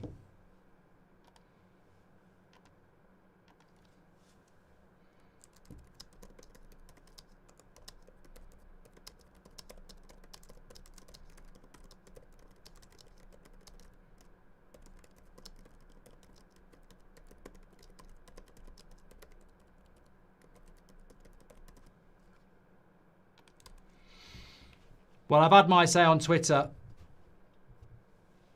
£100 a year. That's more than that. They showed it straight away in the Norwegian studio and they say it's a blatant penalty and a major VAR mistake. Welcome to the UK, Mark, says Jake. We're 2 missed Bruno penalties away from being top now, says Justin. And Democracy Bridge, says Daniel. Look, we're winning 2-0 and we're potentially cruising towards 3 points. But that decision was disgusting, whether it's 6-0 or we're losing 1-0. This is an entertainment sport, and they haven't shown the penalty incident. I'm disgusted by it. I don't care whether we're winning 2-0. I don't care whether we're losing 6-0. That penalty incident should be shown, and if it's not going to get shown, we're basically living in the bloody Truman Show, aren't we? It's edited reality. We're not being given the power to make our own mind up. They're basically removing the opportunity to make a decision to protect them. Disgusting. Absolutely disgusting. And it should be called out. And fair play to your producers around the world in Norway and everywhere else where they're showing you it. But here in the UK, we get censored media now. We don't get to see it. Some prick decides we can pay hundreds of pounds a year, but we can't get to see things. Disgusting. Anyway, I've had my say. In USA, they say it's a penalty. You know why we're not being shown it? Conspiracy theory. We're not being shown it because it's the English Premier League and these referees are in England and the games are played in England and they're protecting the referee. That's why they're not doing it. It's criminal.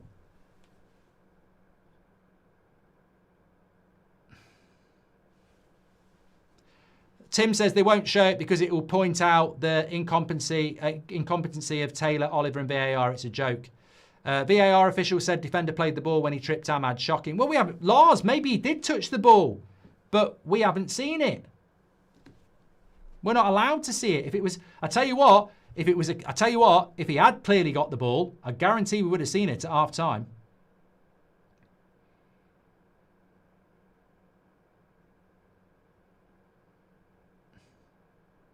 Brighton on the attack. Bruno's actually down here, but it's not a head injury. So Brighton don't have to kick it out. I don't think they will. Don't tell me Belaber's not shit. Fucking hell. God. Can he play for us next week? Why didn't VAR show the offence against Ahmed? Anthony Taylor is trying to screw us over, says Ryan. I love how Bruno's been in the background making the team tick. Feel like there's a bit of an agenda here. Can you at least compliment his performance? There's not an agenda, mod. Grow up. Not showing the penalty here in Australia either, says Uni. You know what I love, Mod? I love how you wait for a game where Bruno plays well and then come in and call it an agenda when he's playing shit. You wouldn't even be here. It's called assessing things game to game, which is what Ruben Amorim wants us to do. And Bruno Fernandes has played well in this game. And if I was giving him a player rating, I'd probably give him at least a 7. But there's been games where he hasn't. This should be a goal. Cunha plays it into Ahmad on the wrong foot. On the wrong foot. He's not right-footed. But he's still got it. Cunha's got it. Bruno, big save for Bruggen. Oh, God, nearly 3.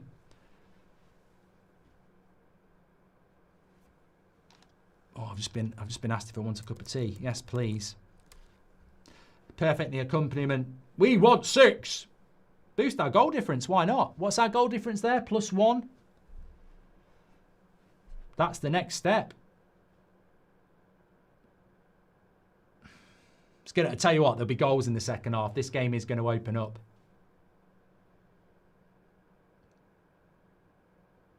Well away, De Ligt.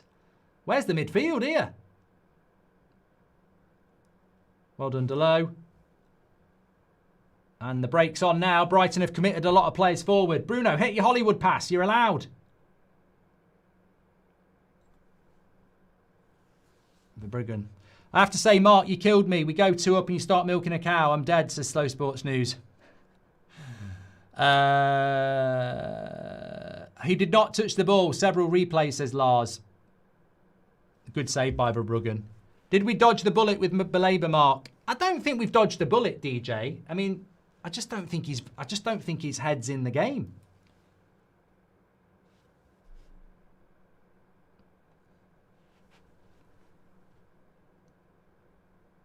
Premier League, EFL, FAO own and fund the PGMOL. Should be independent. They'll always do this until that happens, says Jake. Maybe unpopular opinion. If Cunha plays in the midfield and Bruno front, that kind of connection we saw in Sesko chance, says Mohit. I like how definitely don't think twice about passing back to Lamens anymore, says the Pirate. Baleba's undercover for Man United. Let him play the full 90, says Uriam. I'll be surprised if he doesn't get subbed off, to be honest.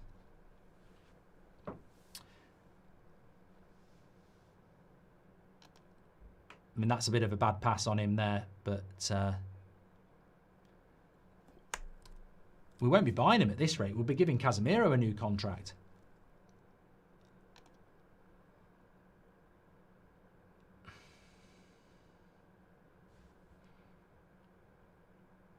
I like Verbruggen as well. I mean, we don't need a goalkeeper, but I do like Verbruggen. He's a decent goalkeeper. Well, D13 Azza says, just what you wanted, Baleba playing badly, Mark. I called it in the week.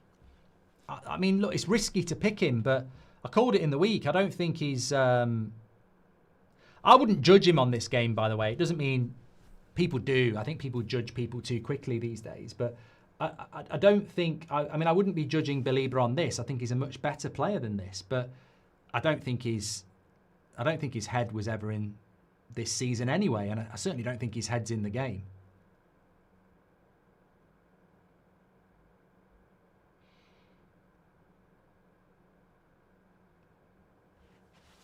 And that's our goal kick. Sesko needs to play all the games and minutes until he scores, says Mark. Sorry, Mark, you might be the only football creator still complaining about VAR this season, says Kai. Well, I don't really care. Am I wrong? Rush says, for some reason, Baleba's giving me Onana vibes. And Ashi says, there's no agenda against Bruno. He's just not utilised to the fullest in the position he's playing. Why? So hard to understand. He's best at number 10. Thank you, Ashish.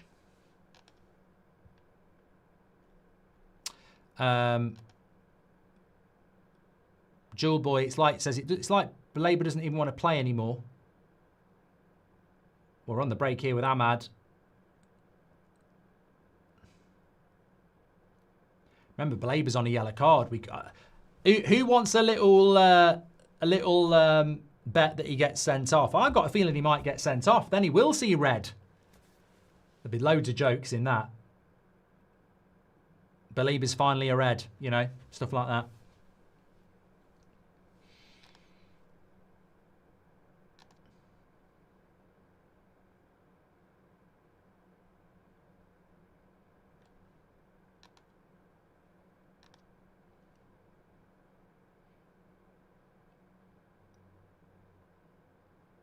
Throw into United.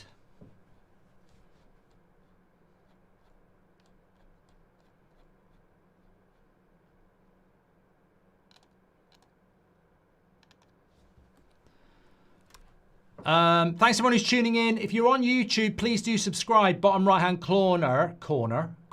We are only 10 subscribers away from 209,000. Here's Mbumo down the right-hand side. I sense the third goal's coming. Remember, United have never not won when they've been winning at half-time. Ryan says, United Strand is charging his Clippers. If we have to question his mentality, is he worth it, says Rahil. Well, that's the only thing I would say about Belabor is his form this season a suggestion that he has the right mentality to come into Manchester United. I think when you look at Lemens, his mentality's been fantastic in these first 2.5 games. When you look at Cunha and Mbumo, you know, same again. Sesko as well. It's not always about performance. But you know, somebody said to me, Belabor's had a good half. I don't think he has.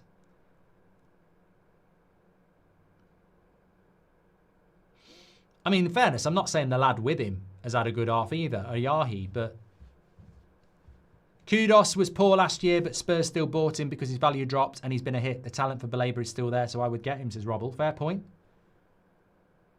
Fucking hell. Who's played that pass from Brighton there? Kudos, thank you very much, Robble. Can Cunha be our best ever number 10, says Mod Mark.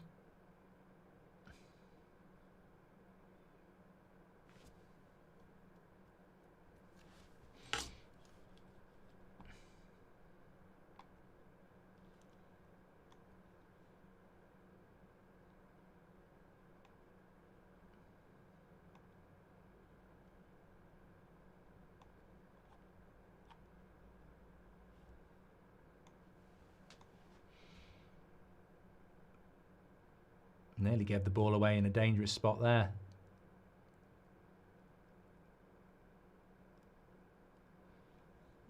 Okay. Sorry, I've just... Shit. There we go. Mbumo. Oh, trying to get Sesko. I'm just wondering whether it's worth chucking on Xerxes and Mainu in a game like this. I mean, who's it that pass there? Go on, Sesko. Straight at the keeper. That's what I mean. This is exactly what I mean. Just wait for Brighton to make the silly pass. I can't believe we almost paid 100 million for this. It's a bit unfair to say that, though, because if he'd have got the move to United, maybe he would have been happier. Free kick on Cunha. The Apollo tyres effects needs to be studied, says Marcus.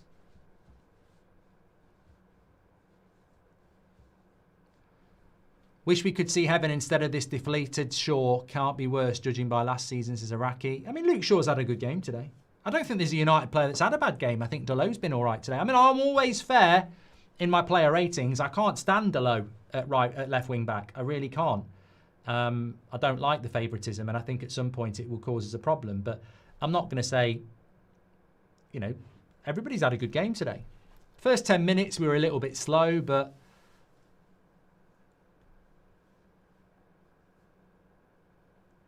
You know, I like this shape now. You just wait for Brighton to make the mistake.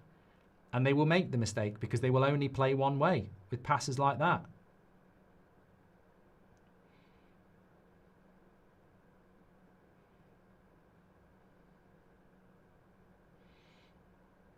Oh, delete. What a player.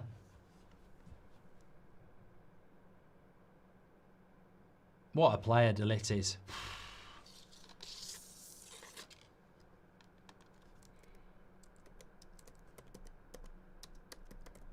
I mean, I don't think he'll be getting man of the match, but he's going to have to get a high score. Love Watchalong, so entertaining, says Stacey. Thanks for being part of it, Stacey. Mr. Reboot, thanks for subscribing with Prime. And whose idea was it to give Justin Bieber the Brighton job, says Hyans. I'm not really seeing that. Oh, Minte gets past Dalot. But Cunha's there to help him out. And then he wins it back. But then Brighton win it back. Minte skills himself.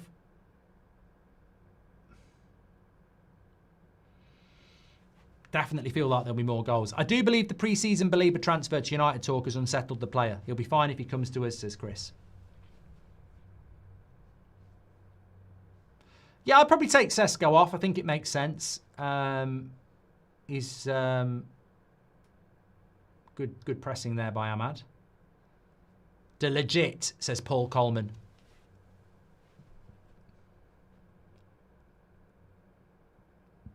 Plenty of numbers back. Good cross, Minte. Oh. Goal kick. Left it, Lemens. Well done. It's a good cross by Minte, but I think that's good goalkeeping, you know. You leave it. He covers his post and he leaves it. I think he might actually get a hand on it. I think he did. I think it was a great save. But you know what? Again, that's where Onana, Belabor off. Belabor hooked. Maybe the game gets harder now.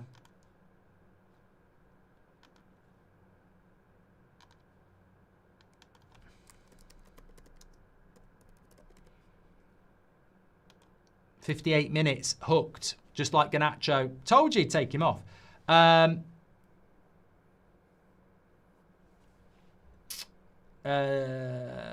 Watson, Milner and Gomez on. Watson, I think, used to be at Sunderland. Obviously, I know James Milner. I don't know much about Gomez. I think he's a midfielder, isn't he? He's changed his whole midfield. Milner and Gomez in the midfield. Watson on as well. Young player. But, you know, let me just go back. I just want to say, you know that cross there? We'll forget about it. It's actually worth hanging in the Louvre. What Lemens did there, Onana never did. In fact, Onana cost us goals. So how many times did we concede or nearly concede from a cross like that where Onana doesn't track the ball? He's waiting for the deflection. He's looking to see if there's a deflection and he doesn't follow the track of the ball. So that when the ball doesn't get deflected, he's like, oh my God, it's in. What Lemens does there is he follows the track of the ball and that's what he's focused on. If someone gets the ball in front of him, he can't react anyway. He knows if there's no touch on that ball, he's got to save it. And that's what he does. And Onana never did that. Onana would go, oh my, I thought he was going to touch it. Oh, it's gone in. Whereas Lemens, that's proper goalkeeping. That's like, my job is if no one gets a touch on this, I've got to save it. And he did actually save it there. Anthony Taylor's refereeing's really weird here. I thought that was a foul by Luke Shaw. 3-0. 3-0. There we go. Mbeumo. Anthony Taylor's given it back. I thought Luke Shaw fouled him, but Mbeumo 3-0. Game over. Give us the Champions League football now. Brilliant. Brilliant. Absolutely brilliant finish. Look, play to the whistle. We played last week. Mbeumo. Yes. Get in. 3 points, United. Look, you can't really complain, Brighton. They can't really complain. I thought it probably was a foul, but Anthony Taylor's been shit all game. We should have had a penalty. Brighton can't really moan about it. And it's a great finish again because he uses the defender as, like Cunha did, he uses the defender as the guide and goes through his legs. Keepers can't save that. Lovely turn by Sesko as well. I mean, I think that is a foul, but, you know, I think it was a penalty in the first half.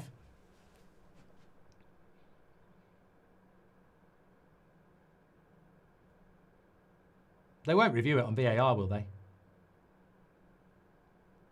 Yeah, I mean, to be fair, I genuinely think that I thought that was going to get given as a foul, but we should have had a penalty as well. You don't understand, I'm happy, says Soy. I'm out for town for a wedding and wearing Man United jersey under my sweater. Well, enjoy it, mate. Recon Guy says, I'm loving this. Gomez is very decent South American midfielder. I rate him, says Thomas. And do you think Amrim should give Maino and Xerxes minutes? Well, I would do now, Abdul. We're 3-0 up.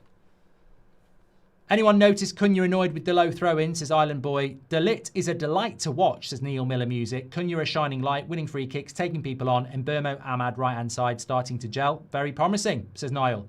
Amrin better get it straight with Shaw now that he ain't going to the World Cup, says Kana Dave. Another underwhelming Casemiro midfield performance, but we'll celebrate the goals, says PK. I think they've done well today. What game are you doing tomorrow, says Sims? I'm doing the 2 p.m.s tomorrow. Arsenal, Palace, Villa, City. I mean, I tell you what, if Villa could get something against City tomorrow, that would be even great. That would be great, great, great. Look, can I be really honest here? I was in the Liverpool game. Obviously, Michael Oliver should have stopped play. It was a head injury. We scored a goal. And that's great. And we play to the whistle. And that's what we do. But we can be fair. Right, that was a foul by Luke Shaw, and it shouldn't have been given, and VAR is shit. But we also should have had a penalty, and VAR is shit. And what we have now in the Premier League is basically, you just have to play to the whistle in whatever shit game these officials are playing. So, yeah, I think it probably was a foul by Luke Shaw, but it 100% was a penalty. So what you end up with is a game of football that's just a fucking mess. And you just have to play to the whistle. Lovely play by Delit.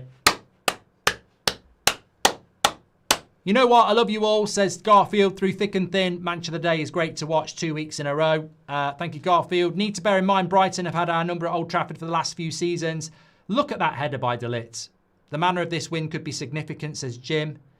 Aiden Heaven is going to come on. I think the ref has managed the game well. He's been consistent with very bad severity. Yeah, he has, Architect.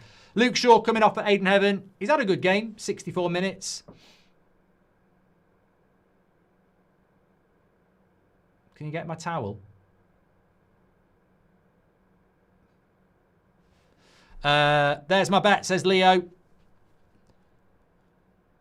Oh, yeah, DMB, this is my point. It was a foul on Ahmad. It was a foul on Jorginho. Refereeing shit in this country. Let's play ball. Amrin ball starting to work. Loving it, Mark, says Eddie Mack. Have that. All of the Amrin outers, says Golden Pocket. Weirdest corner in the world there from Brighton. Nikki has gifted 5 memberships. Thank you very much. Yeah, well, look, I don't want to be that guy. And yet, you know I'm going to be that guy. Like, are we going to get Amrim Outers coming back like pancakes? Are you going to flip? I'm just going to ask the question because there's a lot of Amrim Outers out there. Are you going to come back and admit you were wrong to maybe go back if we lose a game? Or are you going to stick with your opinions? I don't know. I don't know. For me, I still think Amrim's got a lot to do, but I don't want to see the sacking of another manager. And I like what he says. What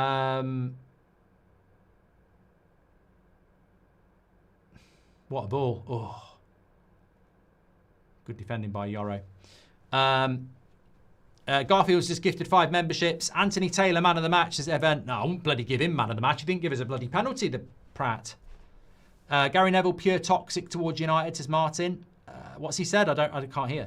Back to that save by Lemens, low-key incredible. The touch stopped it from going in, but it also shielded it for a corner if it wasn't. Angle's impeccable. This is what I was trying to say, Nick.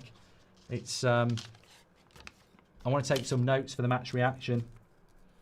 So many positives.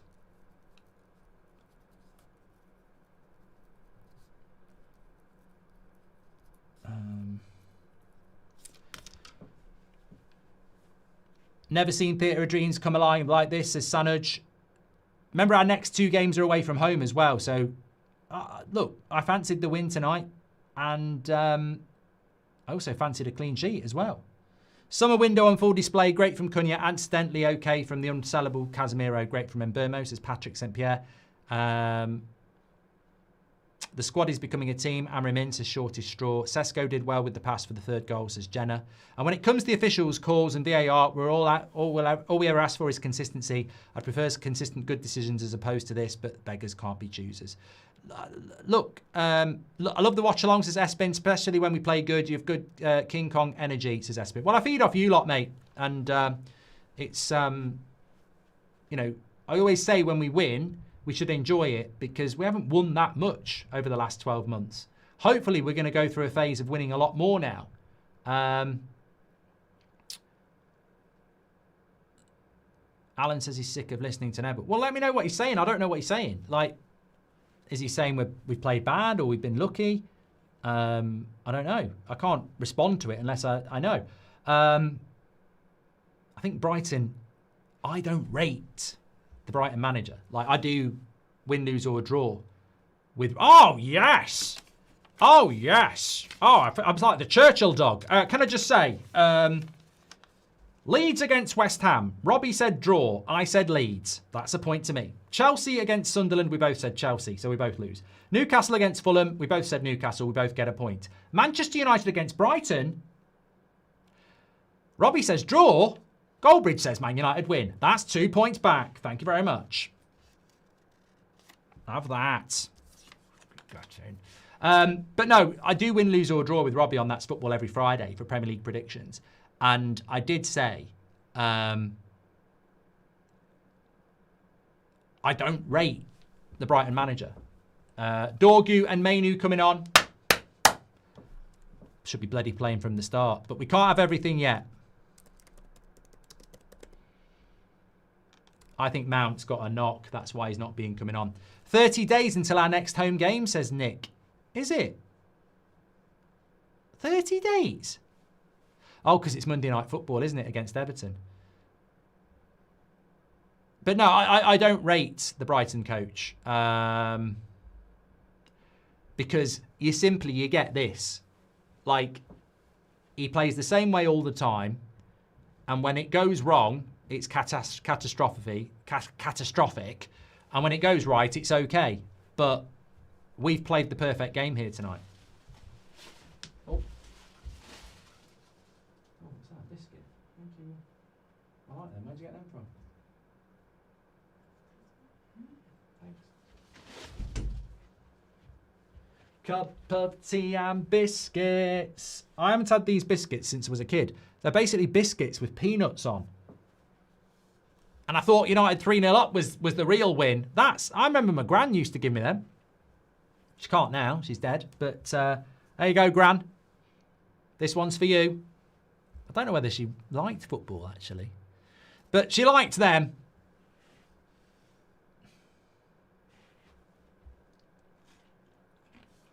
Bruno, Mbermo. Great save for Bruggen. That would have been perfect.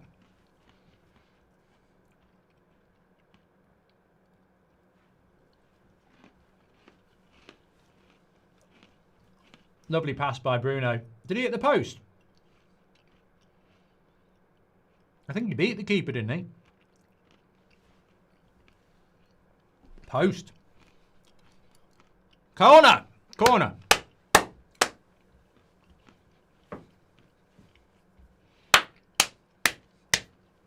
Elliot Turner is allergic to peanuts. Look, I don't have to be... I'm not actually dishing the biscuits out. And we're online, so you don't need to worry too much about that. Oh, Minte, bad touch. Never! Never! He's never going to get there. He's never going to get there. Anthony Taylor's a terrible ref. He's never going to get there. What is this ref doing?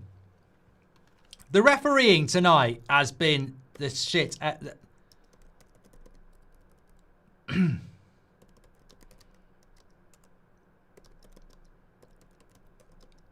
I mean, it's not even a foul.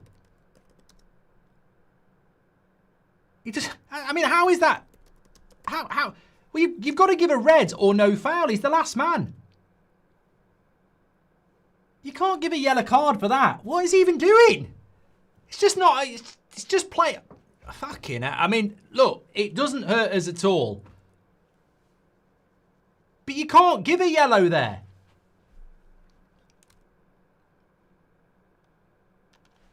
One, it's not a foul. Two, if you give it, it's a red.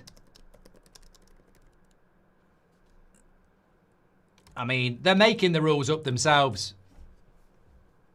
It's not a foul. What I'm saying is, if he thinks it's a foul, that's a red card. Because he's the last man.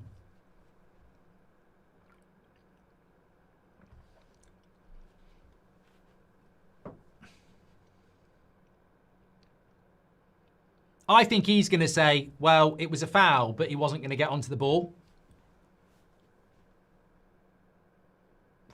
It wasn't a foul. It wasn't a foul. He's just justifying something stupid in his head. I think this is... Look, I don't feel sorry for Brighton because I think we've all had bad decisions, but it's got to be one of the worst refereed games I've seen in years. Never put Michael Oliver on VAR with Anthony Taylor as the match referee or vice versa. This is what happens when you put the worst two referees in the league together. It's like Dumb and Dumber. The amount of decisions they've got wrong tonight is incredible. Samuel says, AFCON refereeing is better than this. I think the midfield two are playing well, but could also be the lack of quality from Brighton, says Gabriel. Oh, what a goal! Danny Welbeck. Well, I'm sort of celebrating it a little bit because he's an ex-United player, but blood, I mean, you've got to say that's a great free kick. We can do this, lads. We're 3-1 up. We should be okay, but we can also say, well, it's a bit central, actually. I thought it was in the top corner. Actually, it's not even that good. It's quite central.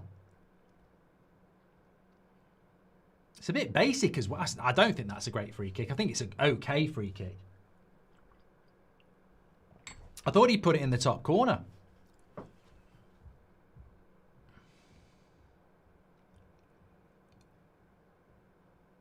Oh, one of my mates has messaged me saying, fuck off, Dorgu.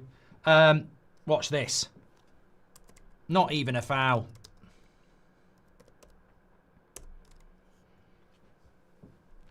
Do you think he should have saved that? Oh, good shot there. He saved that one.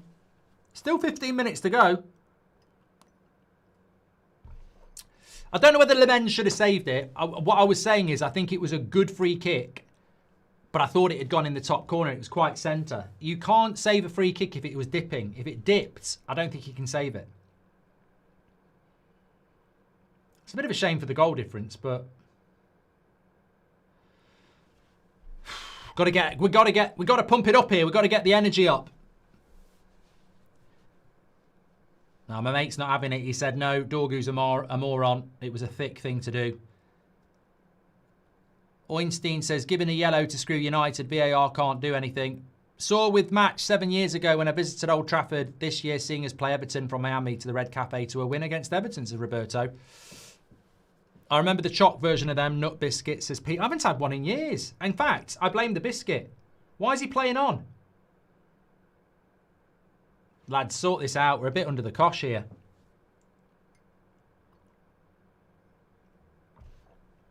Got to be careful here. There's a lot. 3-0's a very comfortable scoreline with 20 minutes to go. 3-1 with 15 minutes to go is still comfortable, but we've got to be a little bit careful here. Too many subs, says King Toby. Well, the problems with the subs is that all three of them are players I want to see in the team. That's a delightful ball there to Watson. Of course, Delow's still on the pitch. Good take by Lemens. Yeah, I mean, I like Heaven, I like Mainu, and I like Dorgu. So, you know, I want to see them doing well. But it's Mainu and Bruno in the midfield. Delow's still on.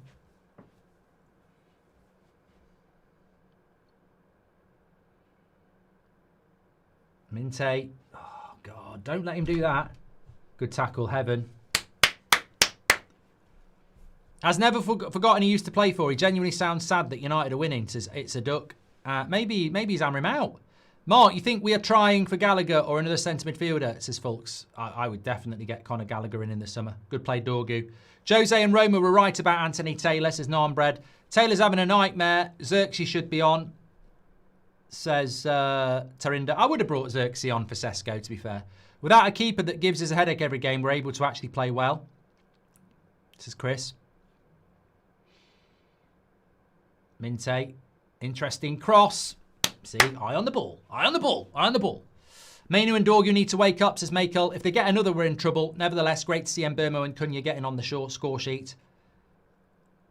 Says Sam. Thank you very much for your super chat. Given a yellow to screw United. I've done that from Ornstein as well. Thanks for all your comments. Welbeck into Minte. It's all Brighton at the moment. Not Marcus, all Brighton. Terrible shot. That's good. Watch the minutes tick down. Calm down. Calm down. Thanks for all your super chats, by the way. If you've got any thoughts on who your man of the match would be, start to let us know. Player ratings is in the video description. I'm going to pin it in the live chat as well. Remember to mark every player out of 10, 6 being the average. All you need to do is sign up for our player ratings, but then you can do it every week. It's free to sign up as well. Mark every player out of 10, 6 being the average. And on the match reaction, we basically aggregate all your votes and come up with a very accurate player rating system. So get involved with that. I'll put it in the live chat for you.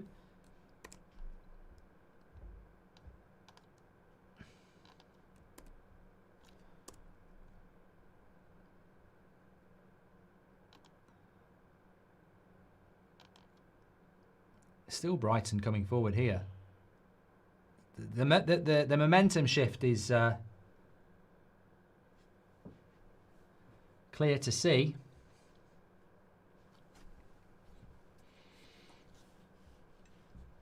F of X says I'd go with Cunha, man of the match. Just got to see this game out a little bit now. I don't mind this as long as we defend well.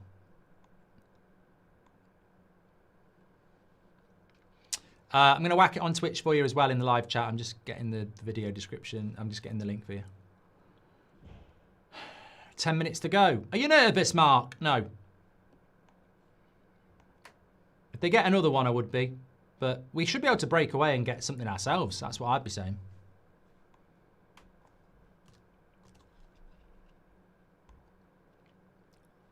Free kick on Dorgu. Are you going to give it, ref?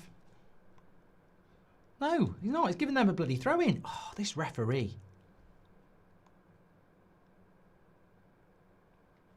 Player ratings is pinned in the live chat for you on Twitch as well. Mark every player out of 10, 6 being the average star for your man of the match. Should have kept Casemiro on. Well, he just doesn't want to take Bruno and Delo off, does he? That's what I'm thinking. What would you go for a title of the show if we win?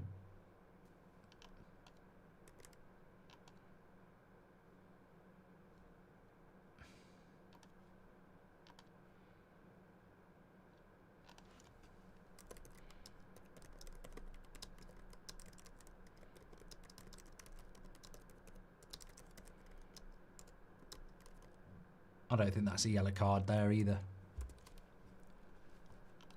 Shocking officiating. Rank, delete man of the match. We've lost all control with the subs, says Thomas. Dorgu red coming, says Connor. Cunha's coming off for Ugarte and Xerxes is coming on for, I think, Sesko. We're giving Brighton confidence, Daryl Street. Lemen's passing needs improvement, says Uriam. PGMOL are more allergic to refereeing than I am, says Elliot Turner. We've got worse since Manu got in the game, says Albert. I wouldn't blame it on Manu. I think that's just too simplistic. I think too many changes. Delo goes to right back, so you're changing your right back. Dorgu goes to left back, so you're changing your left back. Heaven goes centre back. Casemiro goes comes off. So you're making 4 changes to the team, and I think it's just disrupted the flow a little bit.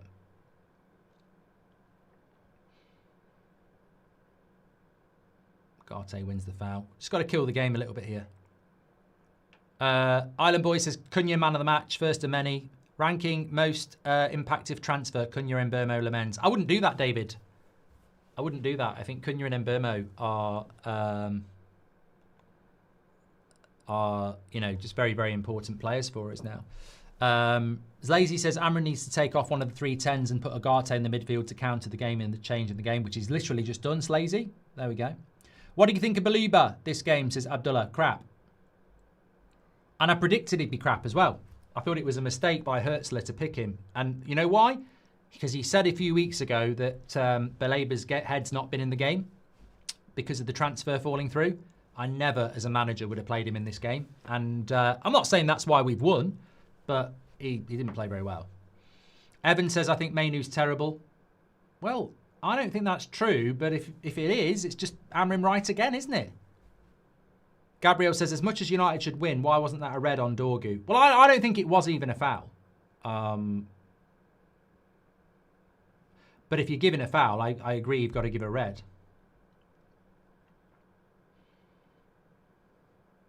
Nice ball by Mainoo to Bruno.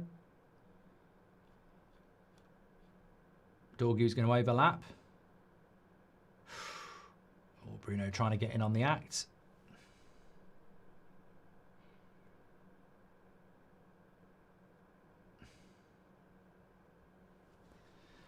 Should have replaced Casemiro with Agate. Mainoo can't play the holding role.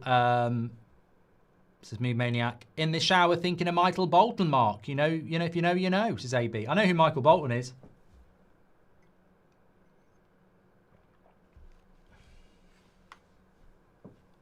Good luck, Tom Aspinall, says Viking Crypto Warrior.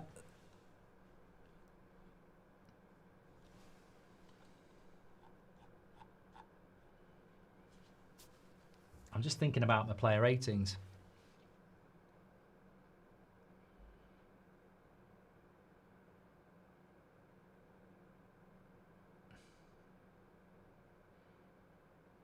Just boot it, Lament. Don't mind. Let's go for power there.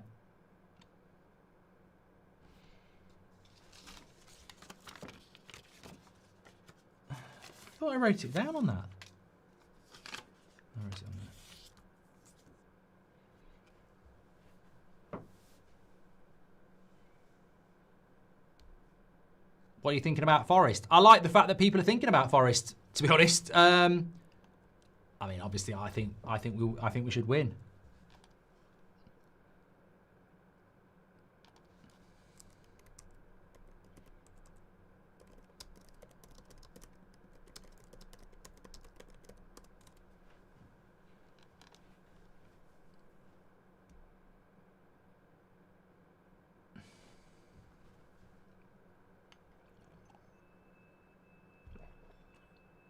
It's a foul on Dorgu.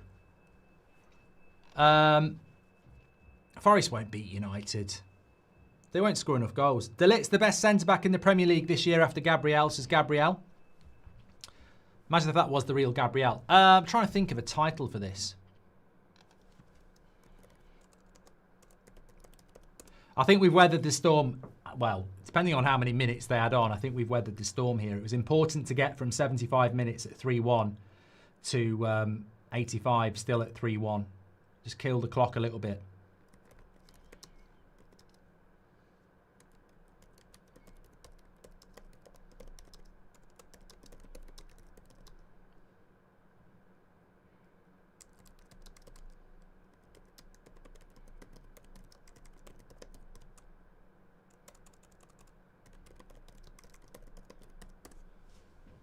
Bruno down again. He don't get injured.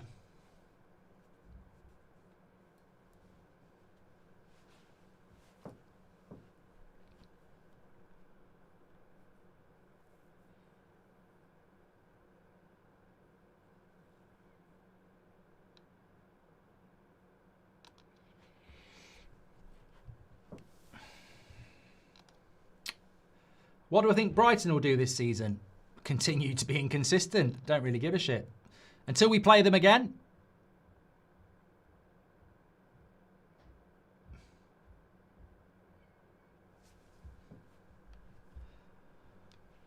I predicted Man United would win 2-0. In a way, I'm right. But in a definitive way, I'm wrong. There's a 2-goal gap.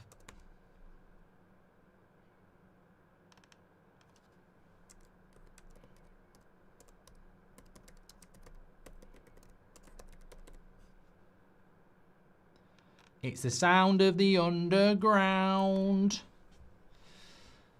All right, I've done me title. Oh, Xerxes! Lovely. Oh, unlucky, mate. Unlucky, mate.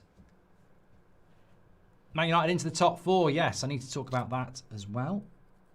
I'm doing the Liverpool game at 8 o'clock, so I can't do a massive match reaction, but I'm hoping that this is going to get done really quick, and then I can get going. I might be able to help myself a little bit, actually. Good save, Lemens. Another corner.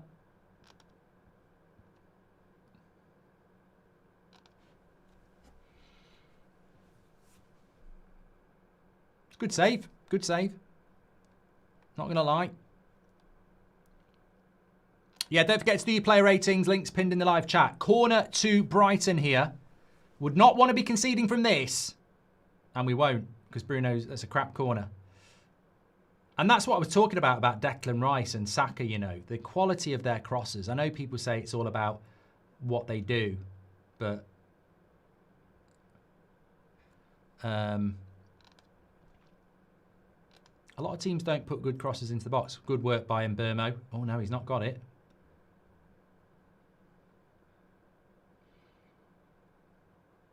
Oh, good interception, Agate.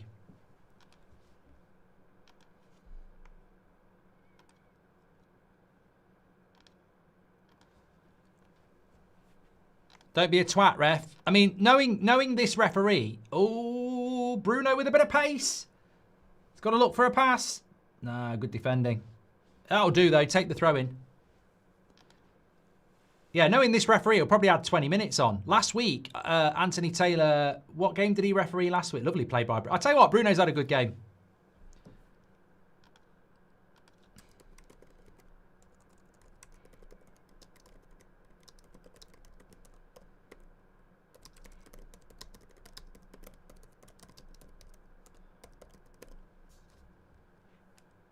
This is the thing, I don't do agenda. I just tell the truth. Well, my truth. And I think as much as... Oh, why is that not there?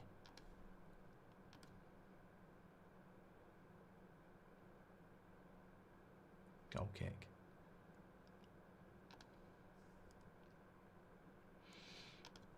How long are we going to get, ref?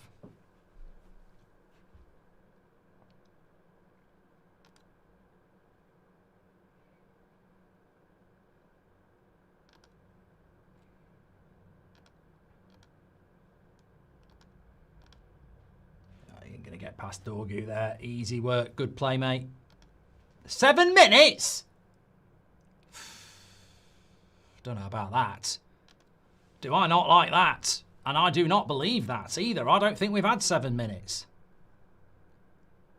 I don't know where he's pulling that out, but to be honest with you, we want Brentford to win as well. It's a Brentford watch. I think Brentford might do it. They beat us. You never can tell.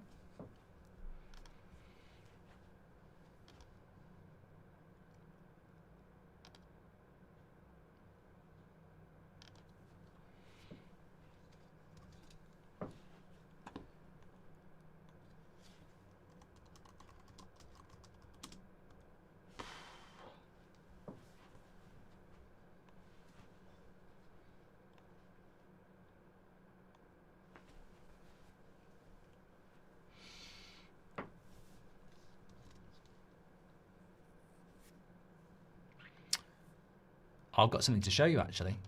I meant to show you ages ago. I'm trying to pass time here. Look.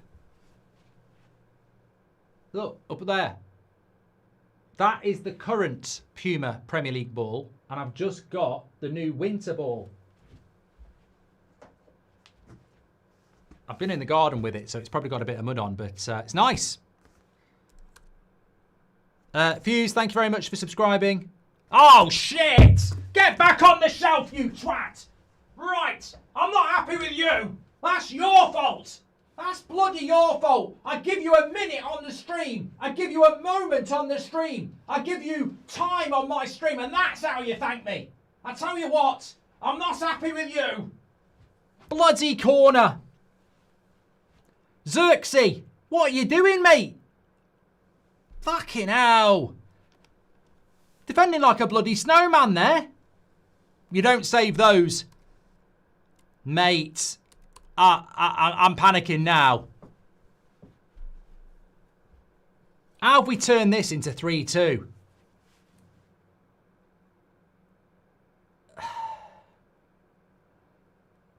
I don't believe this.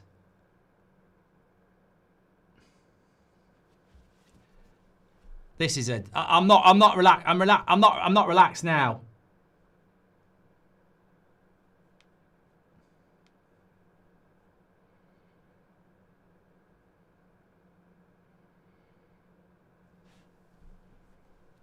Oh.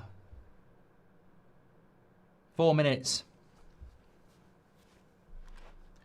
Ollie says Gary Neville sold his soul. Don't know what this is all about because I'm not listening to it. Top 4 told you to clip it, says Keel. I remember a few years back you used to talk about there being a drop-off when we bought subs on. I think with a much stronger bench these days, says John. The drop-off needs to be discussed in the match reaction. Oh, just literally...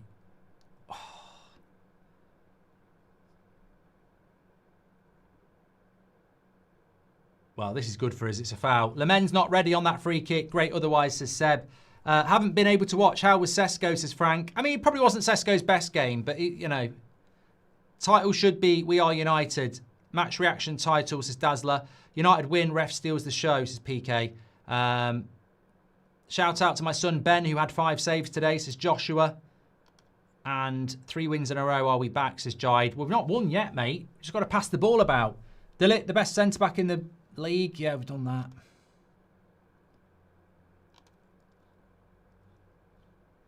Anthony Taylor is the worst ref I've ever seen, says V. Wow. This to me is just United all over.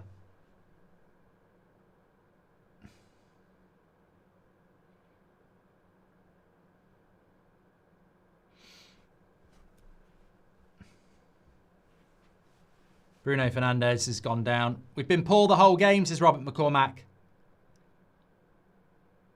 Do you think we've been poor? Or is that just because Mason Mount didn't play? What do people... I'm going to ask people about that. I've seen people saying we're back. We played really well. I think the subs have been a problem. Take your time on this. Louis says, you do realise the subs are the reason for both goals conceded. Yeah, that's what I mean. I think it's about the subs. How on earth are Sunderland second, says Columbus. Oh, Bruno, why didn't you hit that first time?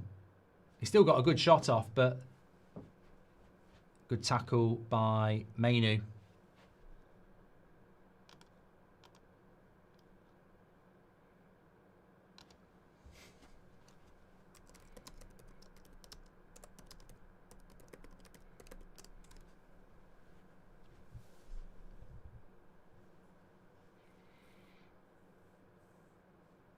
Well, you know what? It's gone from a performance where you go, yeah, we're back, we're brilliant, to let's just take the win.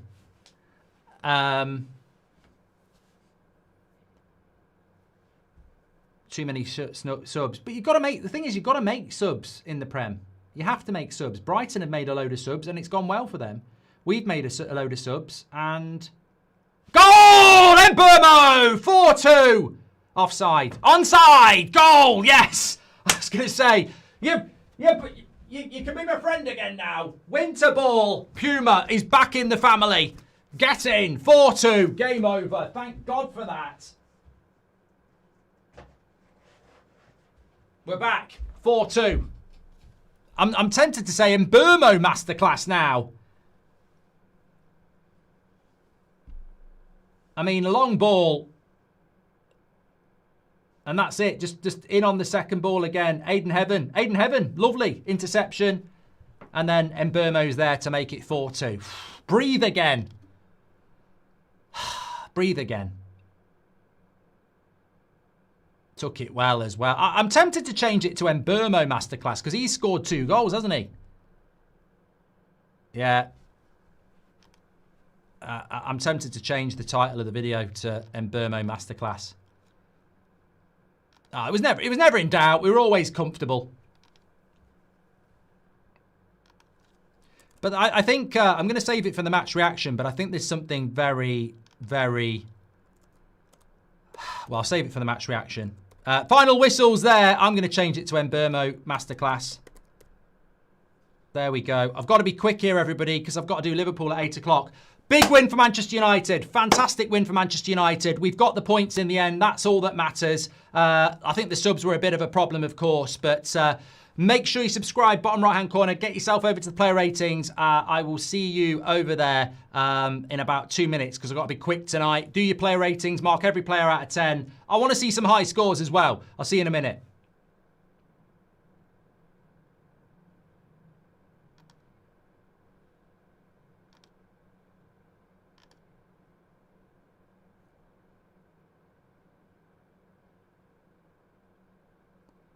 What the hell am I doing here?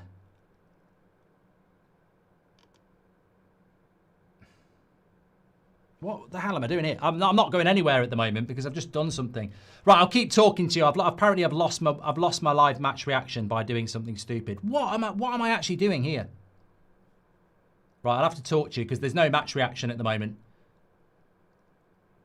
It was 29 seconds long. How can you be live at the same time, you useless piece of shit?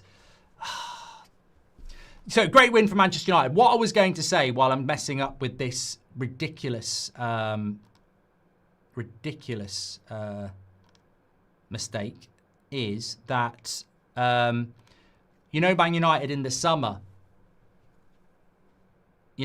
how we, oh, I've got it now.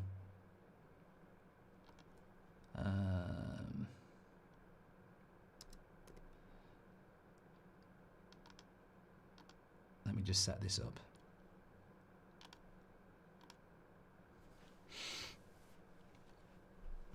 I've got no match reaction at the moment.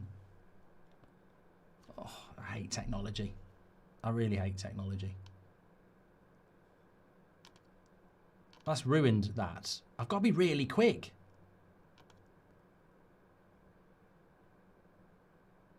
Oh, it's not put the thumbnail on. Right, I'm going to do this off stream. Oh, God. Manchester United won a bloody game and you're pissing about. Stop messing about. Stop it.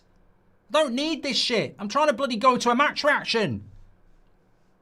This computer's shit. Get out. You're like Brighton. Unreliable and inconsistent. Right, bin that off. Add. There we go. Save. Right, I will see you on the match reaction in a moment. I'm glad it was a technological meltdown for me and not for Man United. I'll see you over there.